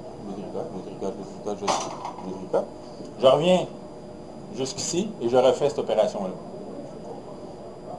Parce que c'est là que ça n'a pas marché. Changer les courbes, puis je vois que les courbes, oui, ça va marcher, vous allez avoir une image, mais moi, dans mon concept de l'astrophotographie, ma calibration des couleurs doit être bonne, elle doit être valide. Là, j'utilise une référence ici, et ma calibration est faite sur cette référence-là. Je peux m'être trompé. Au début, là, puis si vous regardez mon vidéo de là 2 ans, je vais vous dire quelque chose d'un peu différent par rapport à ça. Je prenais peut-être quelque chose de plus petit comme preview. Là, je prends quelque chose de plus grand pour être sûr que je n'élimine pas des pixels en périphérie de la galaxie qui ont besoin d'être utilisés dans mon modèle de blanc. OK? Fait que je reviens là, puis j'essaie d'autres choses, puis là, je recommence, puis ça ne marche pas, je reviens. Là, je suis à peu près confiant en faisant une saturation comme ça ici, que quand je vais arriver plus tard, que je vais appliquer ce genre de saturation-là sur mon image, ça va être beaucoup plus beau, mais c'est ce que je vais avoir. Okay? En utilisant Excalibrator. Excalibrator, c'est une bonne façon aussi de le faire. Excalibrator, tu vas prendre des étoiles dans ton image, puis par référence avec le type spectral de chacune des images, Excalibrator va compenser, il va te donner des facteurs de compensation que tu vas venir installer ici, dans Manual White Balance. À la place de faire ça ici, White Reference, tu vas venir ici, cocher ça, puis là, Excalibrator va te donner des facteurs pour le vert, le rouge et le bleu. Tu rentres ça là. Ou peut-être, des fois, tu as besoin de faire 1 sur X, là, parce qu'il va te donner 0.5 pour juste que tu t'organises. Tu en fixes 1 à 1, puis les autres, il faut que tu fasses... c'est ici que tu vas les mettre. Y a-tu un avantage, désavantage par rapport à l'autre? Ben, Excalibrator, ça utilise des étoiles. Il va chercher des étoiles de type spectral G2V, qui sont blanches, pour dire ça c'est blanc. Mais, oui. Oui. Moi, j'ai utilisé les deux, puis j'ai été frustré avec les deux. Ouais. Moi, je te dirais que quand je regarde le soleil, comme je disais tout à l'heure, quand je regarde le soleil, là, puis je ne regarde pas longtemps, là, je le vois jaune. Tu sais. Fait que normalement, si je mets un soleil ici, il ne devrait pas être blanc, il devrait être jaune. Tu sais, mais en même temps, je comprends le concept, tu utilises un... C'est aussi. Moi, je pense que ça donne un résultat qui est valable à partir du moment où tu dis j'ai utilisé telle méthode pour calibrer mes couleurs. Mais de façon générale, ça a tendance à mettre les choses un petit peu plus jaunes que moi je les aime. Puis quand je dis que la calibration des couleurs, c'est anthropomorphique, c'est la vision qu'on a de l'objet, ben oui, mais en même temps sur une base conceptuelle. Il faut que ça soit basé sur quelque chose. Moi, je dis, utilisons cet objet-là, qui est des milliers, des milliards d'étoiles, pour dire c'est blanc. Puis, dans des images, parfois, là, vous allez dire, ah, celle-là, c'est vrai, il y en a beaucoup. Mais parfois, là, on peut prendre... J'ai un autre exemple que je ne montrerai pas ici, là, mais ça ici, là, c'en est une galaxie. OK? Elle est prise dans le bruit. Là. OK? Mais je pourrais, puis si vous voulez, prendre 2 secondes. Je ne dis pas que ça va marcher. OK? Mais parfois, là, la balance de blanc, là, ça peut être aussi pas beaucoup que ça. Il y a un exemple de M106, entre autres, là, qui est sorti, le Carl, vous connaissez Carl Friolet, là, peut-être. Carl a sorti une image il y a à peu près 1 an, puis il me dit, ah, c'est beau, j'ai les couleurs, puis c'est une image qui est super belle. J'ai essayé de voir, parce qu'il y a une belle petite galaxie à côté de l'image de la galaxie principale. J'ai pris juste la petite galaxie pour faire la balance de blanc. C'est fantastique, ça marche super bien. Mais je vous dis, là, j'essaye ça, juste pour voir. Je vais revenir ici, je vais dire, c'est ma référence de blanc, c'est celle-là ici. OK? C'est ça, ma référence de blanc. Regarde. Oui. Parce que quand tu as une nébuleuse, tu n'as pas nécessairement le luxe d'avoir une Non. galaxie de... Et là dans une nébuleuse comme ça, c'est quoi qui te reste pour faire la calibration des couleurs? Il reste les étoiles. Fait que tu prends juste Structure Detection. Structure Detection. Tu ne mets pas de référence de blanc, tu ne mets pas de... Non, mais dans la référence de blanc, ça va être les étoiles qui vont être prises. Et s'il n'y a pas le fond du ciel dans ton image, c'est un petit peu embêtant. Mais là, en même temps, il y a une réflexion philosophique à avoir là-dedans. C'est que la nébuleuse qui est là, c'est quoi sa couleur? On ne sait pas, on n'est pas cool. Ouais. Ben, on ne le sait pas. C'est que c'est quelque chose qui émet, ou bien c'est une nébuleuse à réflexion. Et dans quel cas, la nébuleuse à réflexion va avoir la couleur un peu de l'étoile, j'imagine, avec un peu de choses près, l'étoile qui l'éclaire, ou les étoiles, le groupe d'étoiles qui l'éclaire, comme la nébuleuse d'Orion, ou c'est une nébuleuse à émission, puis là, ben, ça va être la couleur rouge, ainsi de suite. Bon, on comprend, là. Fait que, je dirais que dans ce cas-là, la balance des couleurs est moins capitale. On connaît les objets, on sait qu'il y a des images qui sont belles sur Internet, puis on sait que ces gars-là ont bien réussi la calibration, puis que les étoiles ont l'air d'avoir une couleur propre, là. Donc, on va essayer de s'approcher de ça dans la balance des couleurs, mais God knows, là. S'il est là, God knows. OK. Là, quand tu utilises Structure Detection, tu mets un background quand même? Oui.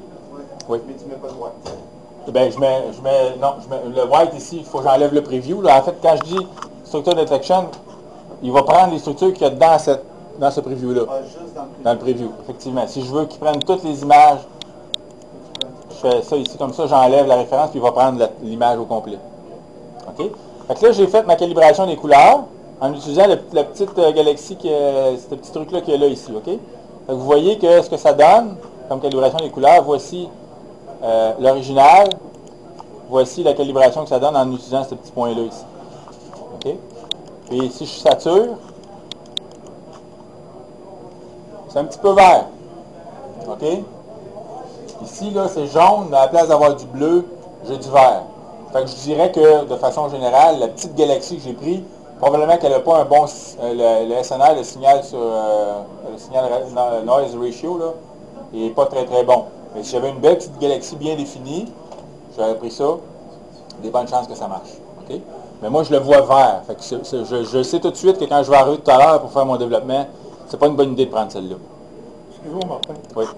Peux-tu répéter pour la saturation comment tu as fait chez Oui. pas là? Je vais juste revenir, puis je vais juste refaire ma calibration parce qu'on va avoir... déjà, ça va très très vite, là. Je vais prendre mon preview 2, je vais faire ça comme ça. Je vais faire undo.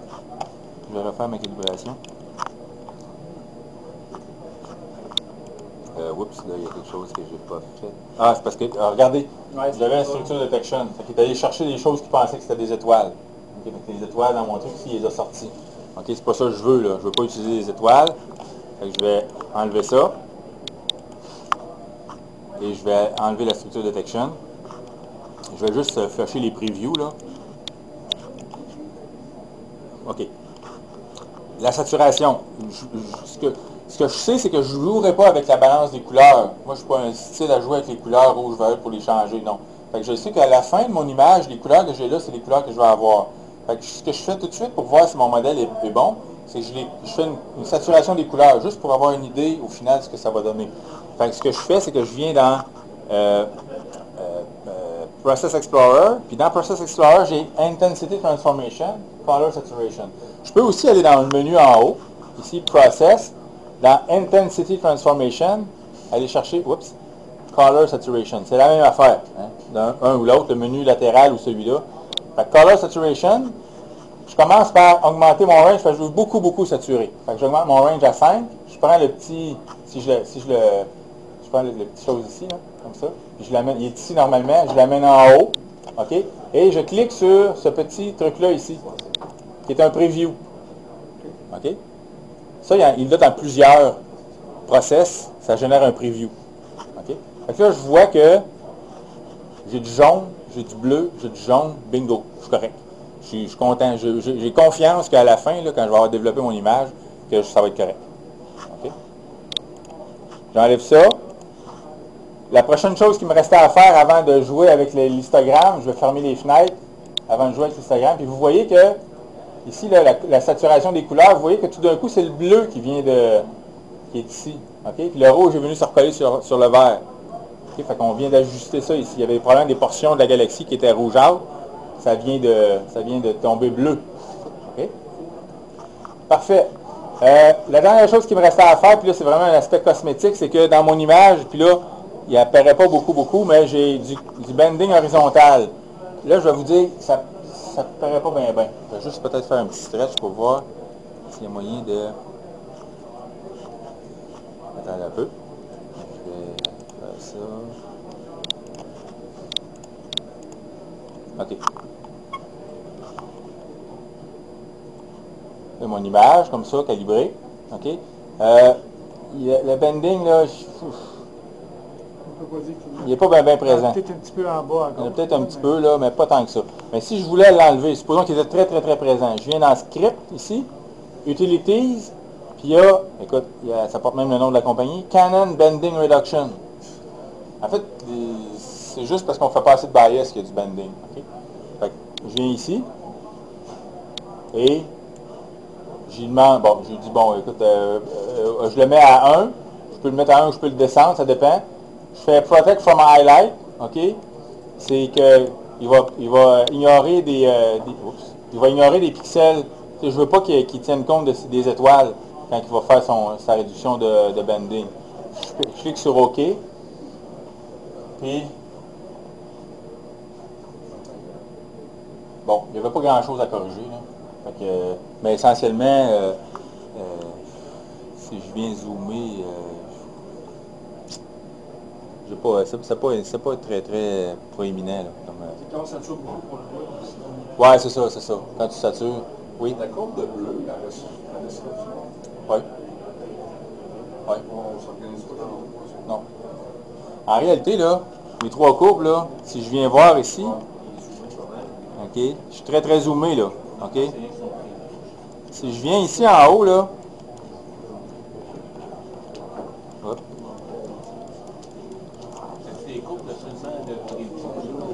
Oui, il y a des courbes que tu peux avoir juste le preview. Ouais.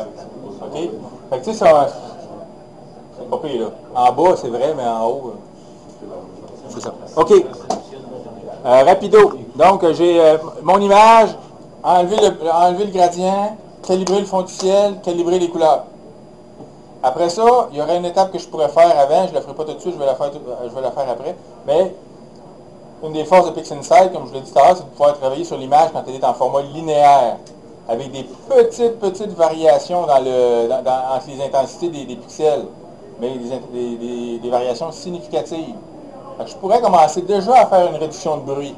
OK? Je vais le faire après, mais c'est une étape, on pourrait le faire au début. Je ne le ferai pas tout de suite, on va le faire après avoir stretché. Alors, le stretch, OK? Une des façons assez intéressantes dans PixInsight pour faire un stretch, c'est qu'il y a une fonction qui s'appelle Mask Stretch. OK? Alors, je vais juste... oups. OK. Je vais cliquer ici en bas, là. Le petit X qui est là, c'est ça reset la fonction. OK? Je vais juste cliquer là. Ça va remettre mon histogramme dans sa fonction dans sa place originale. Ça, c'est mon image. OK? Je peux aussi venir cliquer sur cette petite icône-là qui va remettre mon zoom à 1 dans 1. OK? Comme ça. D'accord? Fait que là, mon zoom il est pareil. Mon histogramme ici, je n'ai pas zoomé. Je le vois comme il est dans mon image. Je vais venir enlever mon STF en cliquant sur Reset. Et là, j'ai mon image. Comme elle est encore. Je n'ai pas fait aucun stretch.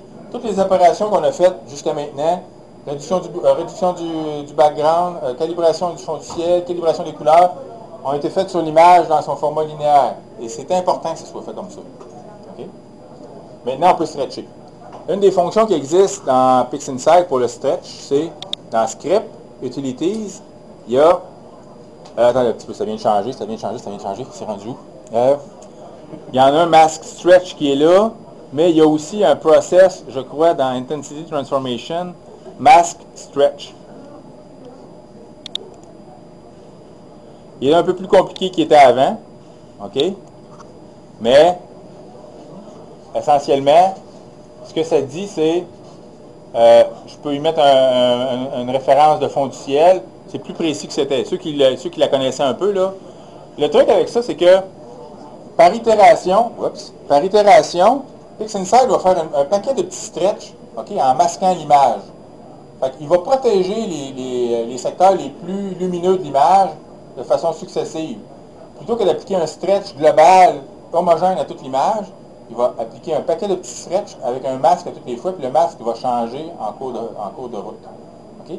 Fait que ça permet, plutôt que d'avoir des étoiles, je vais y venir ici, je vais faire un tout stretch, plutôt que d'avoir des étoiles qui vont être très explosées comme ça, il va y avoir des étoiles avec un beaucoup plus petit rayon comme ça ici, beaucoup plus petit. Okay? Je vais faire un preview ici de l'étoile, okay, comme ça. Puis mon preview, qui est ici de l'étoile, je vais le prendre, je vais le mettre à côté comme ça ici. Je viens de créer une image. Okay? J'ai fait un preview, j'ai pris l'onglet de mon preview dans mon image, puis je l'ai déplacé à côté sur le bureau, je viens de créer une image qui est l'équivalente de mon preview. D'accord? Je vous la mets comme référence. Parce que si je fais un stretch normal avec l'histogramme, c'est ça que ça va donner. Fait qu'on va aller voir maintenant avec le Mask Stretch. Là, je ne sais pas combien de temps ça va prendre. J'aurais tendance à y mettre peut-être 20.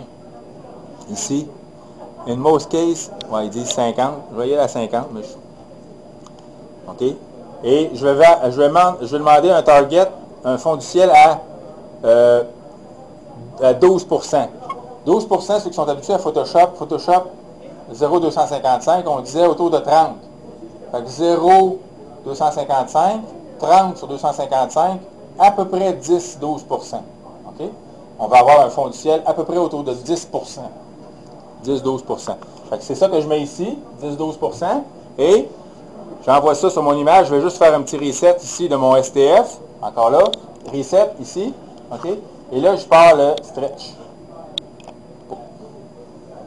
Le preview de ton étoile, si je veux le sortir de... Tu prends l'onglet et tu l'amènes sur le bureau. L'onglet latéral, là. Ça, je suis bas de Ouais. Je sais pas s'il est. Clique dessus.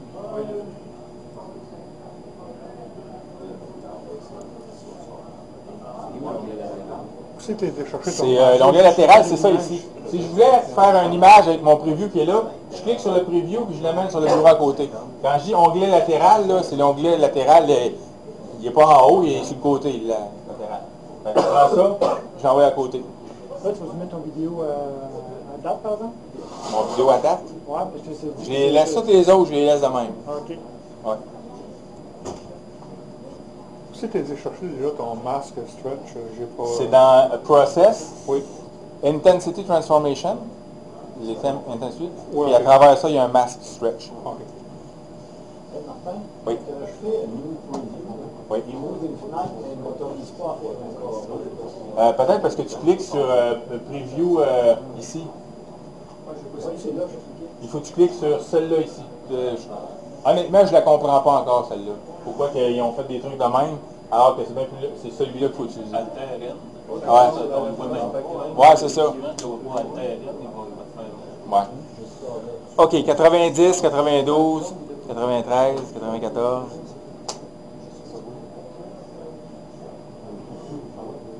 OK. Donc,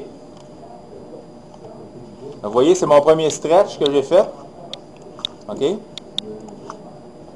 Et là, j'ai... Vous voyez que si je regarde les deux images, OK? Celle-là ici, là, l'étoile est sous contrôle. Parce qu'il y a eu un masque par-dessus à toutes les fois qu'on stretchait. Ce masque-là a changé. Oui, Mario? C'est le seul paramètre. Tu as joué avec un seul paramètre, je pense. Les autres sont par défaut. J'ai juste les itérations, parce que je voulais pas que ça prenne 5 minutes de... Tu sais, on a déjà, il y a déjà moins quart. Les autres paramètres sont tous pareils. Les autres paramètres sont tous pareils. Ici, c'est le target du background que je veux. Si je veux avoir un background plus clair, parce que là, on voit tout de suite que là, c'est pas encore, on n'est pas encore parfaitement, tu sais, dans... Mais vous voyez que ma galaxie, là, ben, en tout cas, l'écran ici, là, c'est pas mal bon. C'est encore smooth, OK? Puis je vois pas mal tous les éléments que je veux voir. Maintenant, il faudrait peut-être que je la rehausse encore un peu. Je pourrais faire encore un autre mask stretch, ou je pourrais faire un undo là-dessus, OK? Et dire, ben non, écoute, moi, je veux plutôt avoir un background qui est à 0.2, OK? Ou 0.25, mettons, je vais lui demander 0.2, OK? 0.2, il va être plus clair. Oui, le fond, l'image va être plus claire de façon générale, OK? Mais là, ça, c'est le premier stretch. Je dirais qu'une fois qu'on a fait un mask stretch, ben là, nos étoiles sont sous contrôle, puis après ça, on peut faire des choses un peu plus... L'itération, c'est quoi? Puis normalement, C'est le nombre. l'itération, on met ça à 5. Ben, les autres, ils recommandent entre 50 et 100. Oh. Ben, c'est juste là, à 100, c'est un peu plus long, ça prendrait 2 fois plus de temps, puis ça... Fait que Mask Stretch, c'est vraiment un outil très performant, qui est beaucoup plus... déjà que l'outil histogramme de PixInsight est beaucoup plus axé sur... est beaucoup plus, je dirais, intelligent en termes d'astrophotographie que l'outil de stretch de Photoshop, qui est bon aussi là, pour des photos, mais que dans l'astrophotographie, c'est moins... On compare deux choses vraiment différentes. Là. Le processus mathématique entre un stretch dans PixInsight et un stretch dans Photoshop, c'est complètement différent. Okay? Juste un auto-stretch dans PixInsight, c'est déjà fantastique. Là. OK, j'essaie d'aller loin, j'essaie d'aller vite avec ça pour vous montrer ce que ça donne. Le nombre d'itérations, c'est le nombre de Le nombre de masques qu'il va faire. Il va faire 50 passes pour... Mais au bout du compte, l'image, on va peut-être avoir un meilleur contrôle sur la taille des étoiles, mais au bout l'image va avoir le même aspect. C'est masque, il est calculé lui-même. Oui. T'as-tu un paramètre? Oui. Il y a clipping fraction ici. Il y a quel type de masque, de couleur. Puis lower upper limit. Okay. Bon, moi ici, je vois une différence là, à l'écran. C'est peut-être pas évident, mais c'est plus clair pas mal que c'était. OK. Mon étoile ici est encore sous contrôle. OK, j'ai pas une espèce de truc ballonné comme ça ici. Puis ça, cet aspect ballonné-là des étoiles, ben, c'est souvent pas bien plaisant. Là, à la fin, on a toutes des étoiles qui sont comme... Bon, ben ça, c'est beaucoup plus intéressant comme type d'étoile. Ben, en fait, c'est une opinion, là, mais... OK. Les autres étoiles, ben celle-là est très brillante. Mais les autres étoiles, vous voyez que, quand même... Tu peux faire ça à chaque étoile. Ben non, c'est juste pour vous montrer là, le résultat que ça donne. C'est ça. C'est appliqué de façon moderne. OK. D'autres choses. On va faire un masque. OK. Puis là, je pourrais faire d'autres. Vous voyez l'histogramme ici, comment il est rendu, là? OK. Je pourrais décider de... là, ce que je voudrais faire, c'est appliquer un masque pour rehausser ma galaxie sans augmenter le fond du ciel. Je pourrais faire une courbe. OK. Par exemple, dans Process, ici, il y a, en haut complètement, il y a Curve Transformation. Okay. Je peux venir ici, sélectionner le RGB, pas le R, le G et le B, mais vraiment RGB ici. Puis aller voir, par exemple, dans ce secteur-là, c'est dans quel coin. Oups.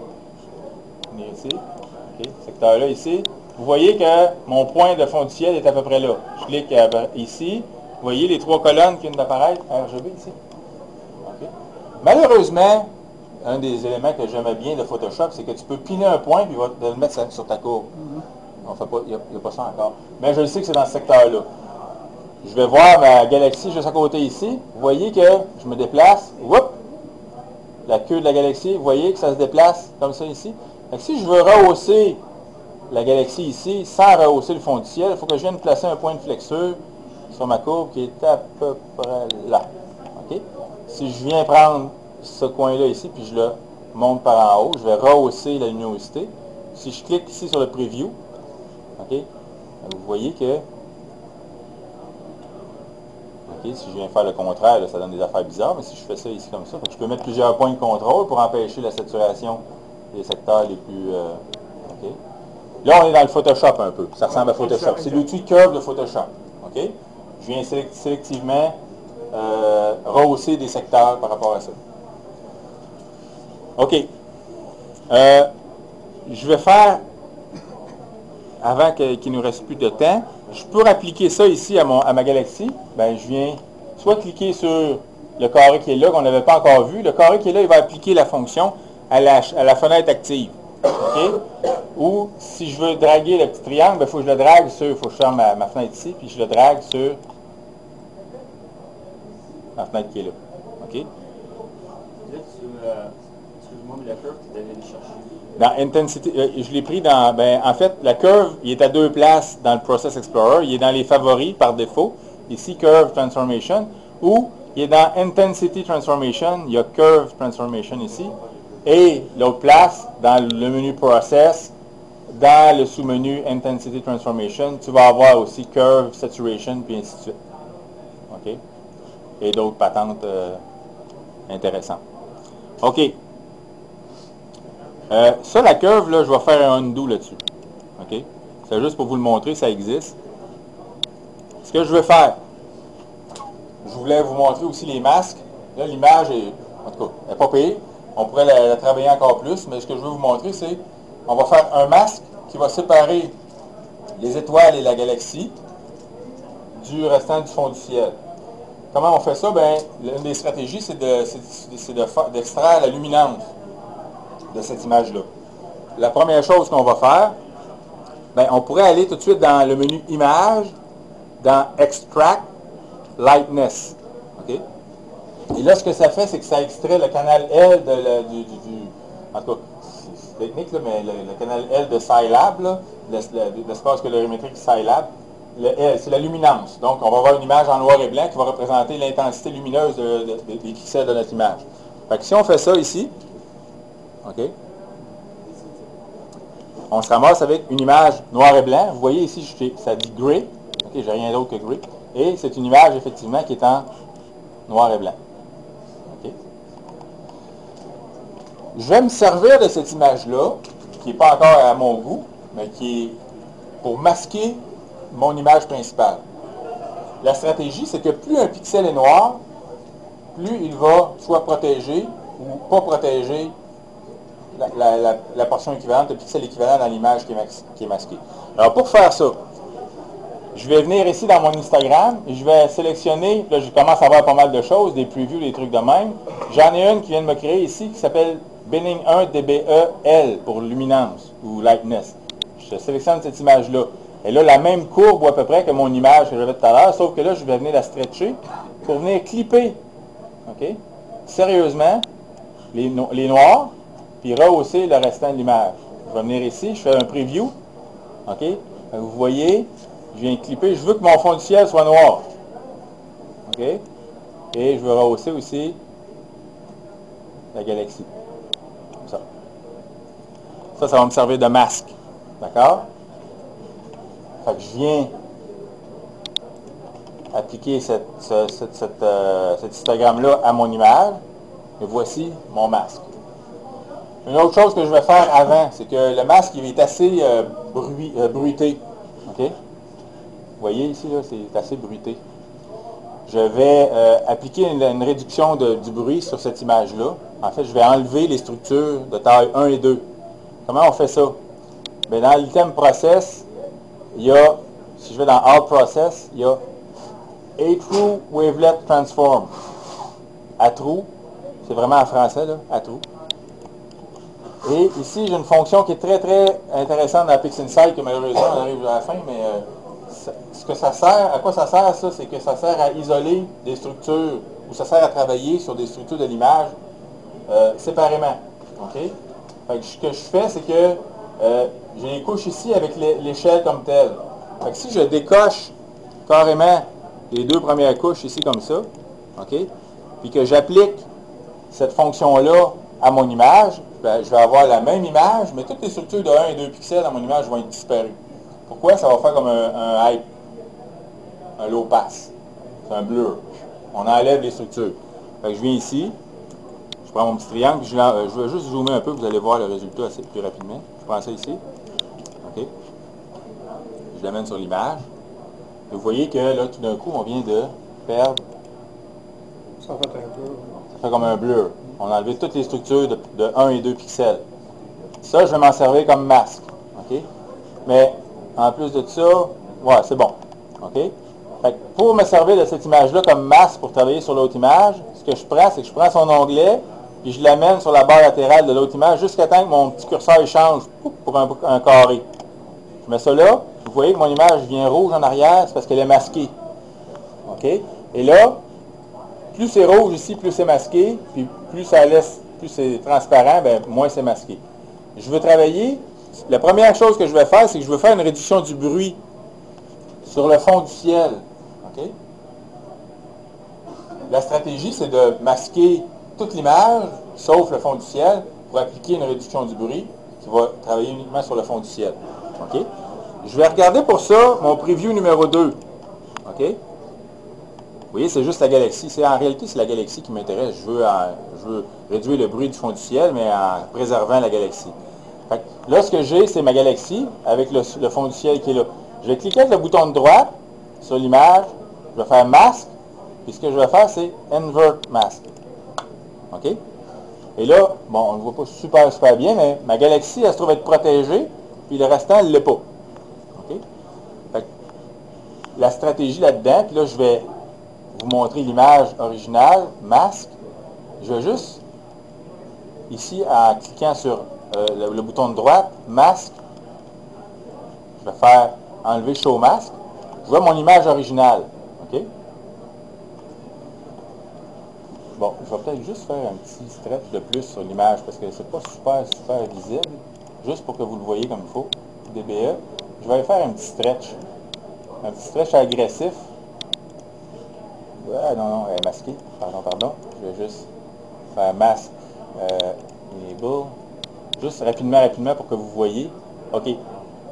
Fait que dans mon preview numéro 2, là, je vois un peu plus la galaxie. OK? Si je mets le masque, vous voyez que... Masque, show. Vous voyez que c'est la galaxie qui est protégée, puis le restant du fond du ciel ne l'est pas. La stratégie, c'est de réduire le bruit dans le fond du ciel, puis protéger la galaxie. Je vais enlever visuellement le masque, pas le montrer. Et je vais faire, ici, la même chose que ce que j'ai fait... non, excusez-moi.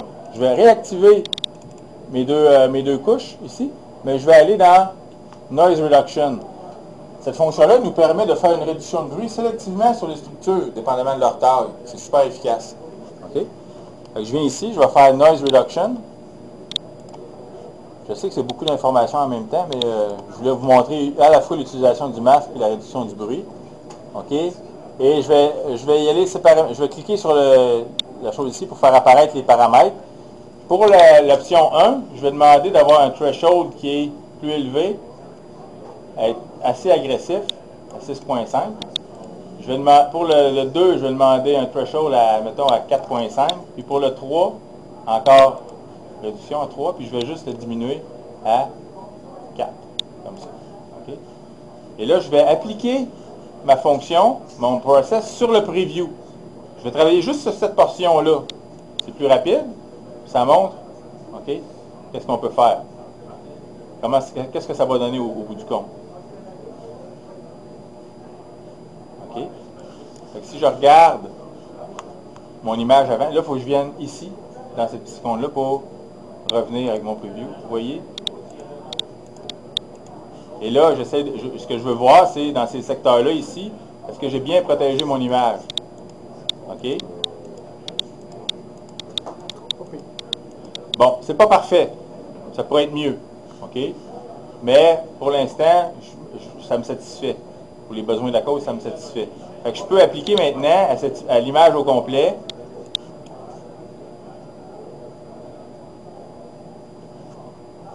Déjà. Je reviens ici. Vous voyez? C'est bon. OK. Il y a plusieurs autres étapes que je pourrais faire. À ce moment-là, ce que j'aimerais bien, c'est, par exemple, utiliser le même masque ici. Pour, si je viens dans mon image, je fais masque, puis je fais show. Ce que je vois, c'est, je protège ma galaxie, puis les étoiles. OK? Ce que j'aimerais faire, c'est diminuer la valeur du fond du ciel, parce que je le trouve peut-être un peu trop lumineux. Fait que je viens ici, dans mon Process Explorer, on avait Histogram Transformation. Si j'applique,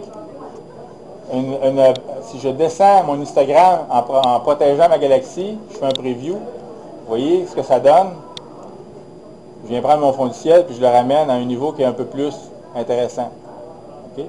Mais je joue moins avec la galaxie comme telle. Je peux faire ça comme ça, l'appliquer à mon image. Okay? Et si j'enlève mon masque,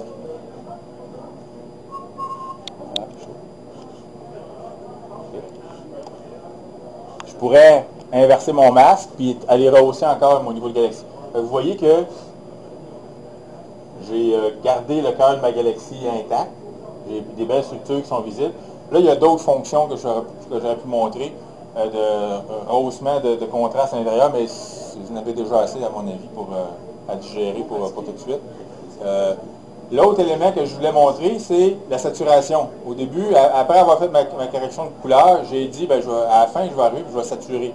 Fait que, finalement, pour ça, qu'est-ce que je vais montrer? Puis vous voyez ici que ce que je voulais montrer, là, le halo qu'il y a ici autour, puis le pouce qui est là, bien, sur mon image, bon, il faudrait peut-être que je travaille encore un petit peu, mais quand même. Je vais venir, ce que je veux finir, c'est la saturation.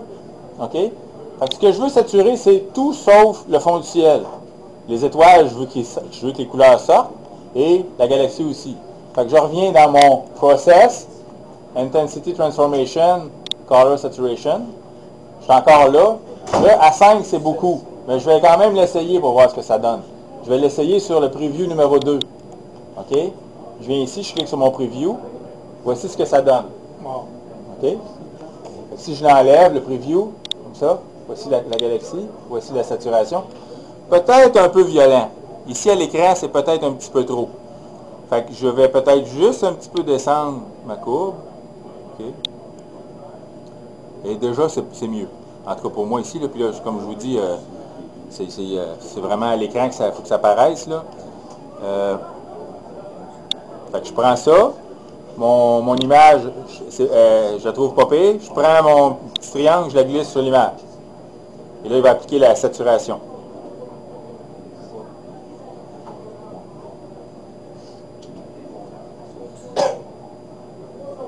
Je me suis trompé, moi. Ouais, mon masque est à l'envers. Je suis au masque. Ouais, c'est ça. Excusez-moi, je vais faire un petit undo. Et je vais aller en masque invert. Je vais l'inverser pour qu'il protège le fond du ciel. Invert. Voilà, OK. Et je vais juste revérifier pour voir mon preview numéro 2. Là, c'est encore, il faut que je l'enlève. Excusez-moi si je vais vite, mais je vais faire un petit preview. OK, ça a plus d'allure que tout à l'heure, en fait, là. Beaucoup plus. OK? Fait que je reviens dans mon image principale et je drague mon petit triangle sur mon image.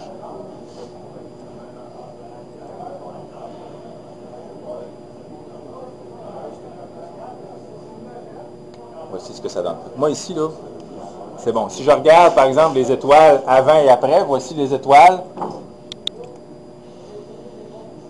OK, avant, après. Bon, là, il y a des petits trucs cosmétiques qui apparaissent comme des cercles plus saturés dans le milieu des étoiles. Il y a tout moyen de corriger ça. C'est un peu plus avancé, je vous dirais. Là. Mais essentiellement, les couleurs sont sorties. Le fond du ciel est quand même pas pire. Puis tout est assez sous contrôle. Je pourrais peut-être rehausser ma galaxie, mais normalement, la saturation des couleurs, c'est la dernière affaire que je fais à la fin. que je travaille, puis quand ma galaxie a le niveau d'intensité lumineux que je veux. Et si je vous avoue, là, ça se travaille encore. OK? J'ai fait un mask stretch. Tu sais, on n'a pas fait 52 opérations. Là, je les ai ici. Si je veux aller voir, pardon, mon History Explorer, qui est un autre onglet ici. Si je sélectionne mon DBE, OK, j'ai depuis mon enlèvement de background, qui était une opération, j'ai 7 opérations. OK? Quand je vous dis que dans Pixel, puis là, je l'explique, ça prend du temps, je vous le montre, je vais même assez vite, puis vous n'avez pas le temps de tout assimiler, mais en réalité, tout ce que j'ai fait là, ça prend à peu près 5 minutes. Quand on le sait quoi, puis on arrive à cette image-là. Donc là, on se dit, après avoir fait 5 minutes à peu près, ben, j'ai-tu une image qui tu sais, que j'ai envie d'aller plus loin maintenant, ou bien si j'attends à soir, il annonce encore beau, puis je vais aller ramasser encore 1 heure ou 2 dessus, parce que c'est déjà bien, c'est beau, mais je vais avoir plus de signal. Ben, c'est une décision qu'on prend. Si on dit non, là, je suis tanné, puis à soir, je voudrais faire une autre cible, M101 ou une autre affaire, ben, on travaille avec, puis on se satisfait, mais on met notre barre à la bonne hauteur. Notre target, notre cible d'image, là, on ne la met pas là si on a 1 heure, puis vous comprenez un peu, là. Là, pour l'instant, en 8 opérations, en comprenant le DBE, ben, j'ai mon image que je trouve que, bon, je suis capable d'apprécier si je veux aller plus loin. Puis là, je m'en vais me coucher. Hein? Il est 2 heures du matin, 3 heures du matin, on vient de ramasser ça, on est content, ça va super bien. Je ne la mets pas sur Astro-Québec, je ne la mets pas sur Facebook. Okay, pourquoi? Parce que demain matin, peut-être que je vais la regarder, je vais dire, waouh, c'est vert un peu. Puis je vais vous dire, bien franchement, là, elle est peut-être encore un peu verte. Okay? Il y a peut-être quelque chose de mieux à faire. Fait que, le dernier conseil avant d'aller à la pause, puis je réponds aux questions à ceux qui en ont, c'est allez pas trop vite. C'est super le fun, on est super content, waouh, j'ai une belle image, mais comme je fais toujours la blague, là, à 3 heures du matin dans un bar, tout le monde est beau. OK? Quand on la regarde assez longtemps, elle devient belle. OK? Fait on fait d'autres choses, on va prendre un café, on change avec du monde, mais on attend. Puis encore, il y a d'autres opérations qu'on pourrait faire. On pourrait rehausser des structures, et ainsi de suite, mais bon, pour l'instant, on n'a pas le temps de le faire. Là. Après-midi, on va regarder ce genre de choses-là. Mais voilà. En gros, on a vu les étapes principales. Quand l'image est en format linéaire, on a vu la calibration, on a utilisé l'outil Batch Preprocessing. Moi, je vous recommande d'utiliser ça. Et dans Batch Preprocessing, ben, c'est sûr que ça donne un premier jet, puis on obtient nos images registered ici. Okay? Toutes nos images sont enregistrées. Si je viens voir, on a vu tout à l'heure image blink, juste pour finir, on a vu image inspection blink. OK? Si je viens flusher ça ici comme ça, puis j'ajoute mes images que j'ai dans registered, je les mets toutes comme ça. Ce que je vais voir, c'est toutes mes images. Fait que là, après ça, je suis capable de reprendre ces images-là, puis de changer mon CinemaClip, par exemple, dans mon intégration, de changer mes paramètres d'intégration, de faire peut-être juste une moyenne sans réjection, OK? Ou d'essayer des choses pour voir si je peux avoir une meilleure image. Je vous dirais qu'à 15 images ou à 20 images, des fois, c'est pas significativement, c'est pas... bon, vous voyez, regardez, ça c'est une image brute, OK? Si je zoome sur une section de mon image, puis je la fais promener, vous voyez? Là, je peux prendre ces images-là que j'ai faites à partir du Batch Preprocessing, que je n'ai pas eu besoin de casser la tête, de faire toutes les choses à la mitaine. Mais une fois avec ces images-là, là, je peux aller dans l'outil Process, ici, puis dans Preprocessing, puis faire mon image intégration à mitaine avec cet outil-là. Je ne vous le montrerai pas, mais essentiellement, c'est beaucoup d'options là-dedans. OK? Je prends toutes mes images que j'ai utilisées pour mon blink screen, je les mets là, puis j'essaie des choses. OK? Puis j'essaie de voir s'il y a moyen d'améliorer ça. Vous voyez le dithering? Oui, ce pixel-là, c'est toujours le même pixel show qui a survécu à la calibration. Normalement, si mon Master Dark avait été correct, il ne serait pas là, lui.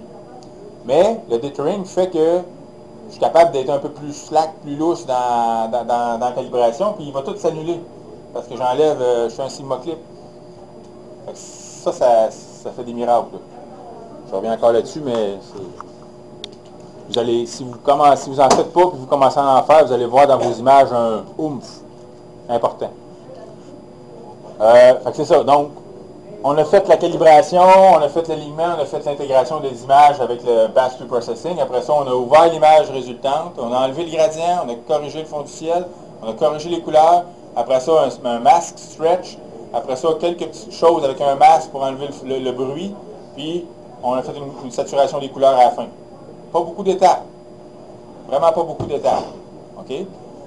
Puis là, ben, on peut passer des heures et des heures à essayer des affaires. Moi, normalement, puis je le répète, puis si vous avez entendu mes vidéos, l'image qui est là, attendez un petit peu.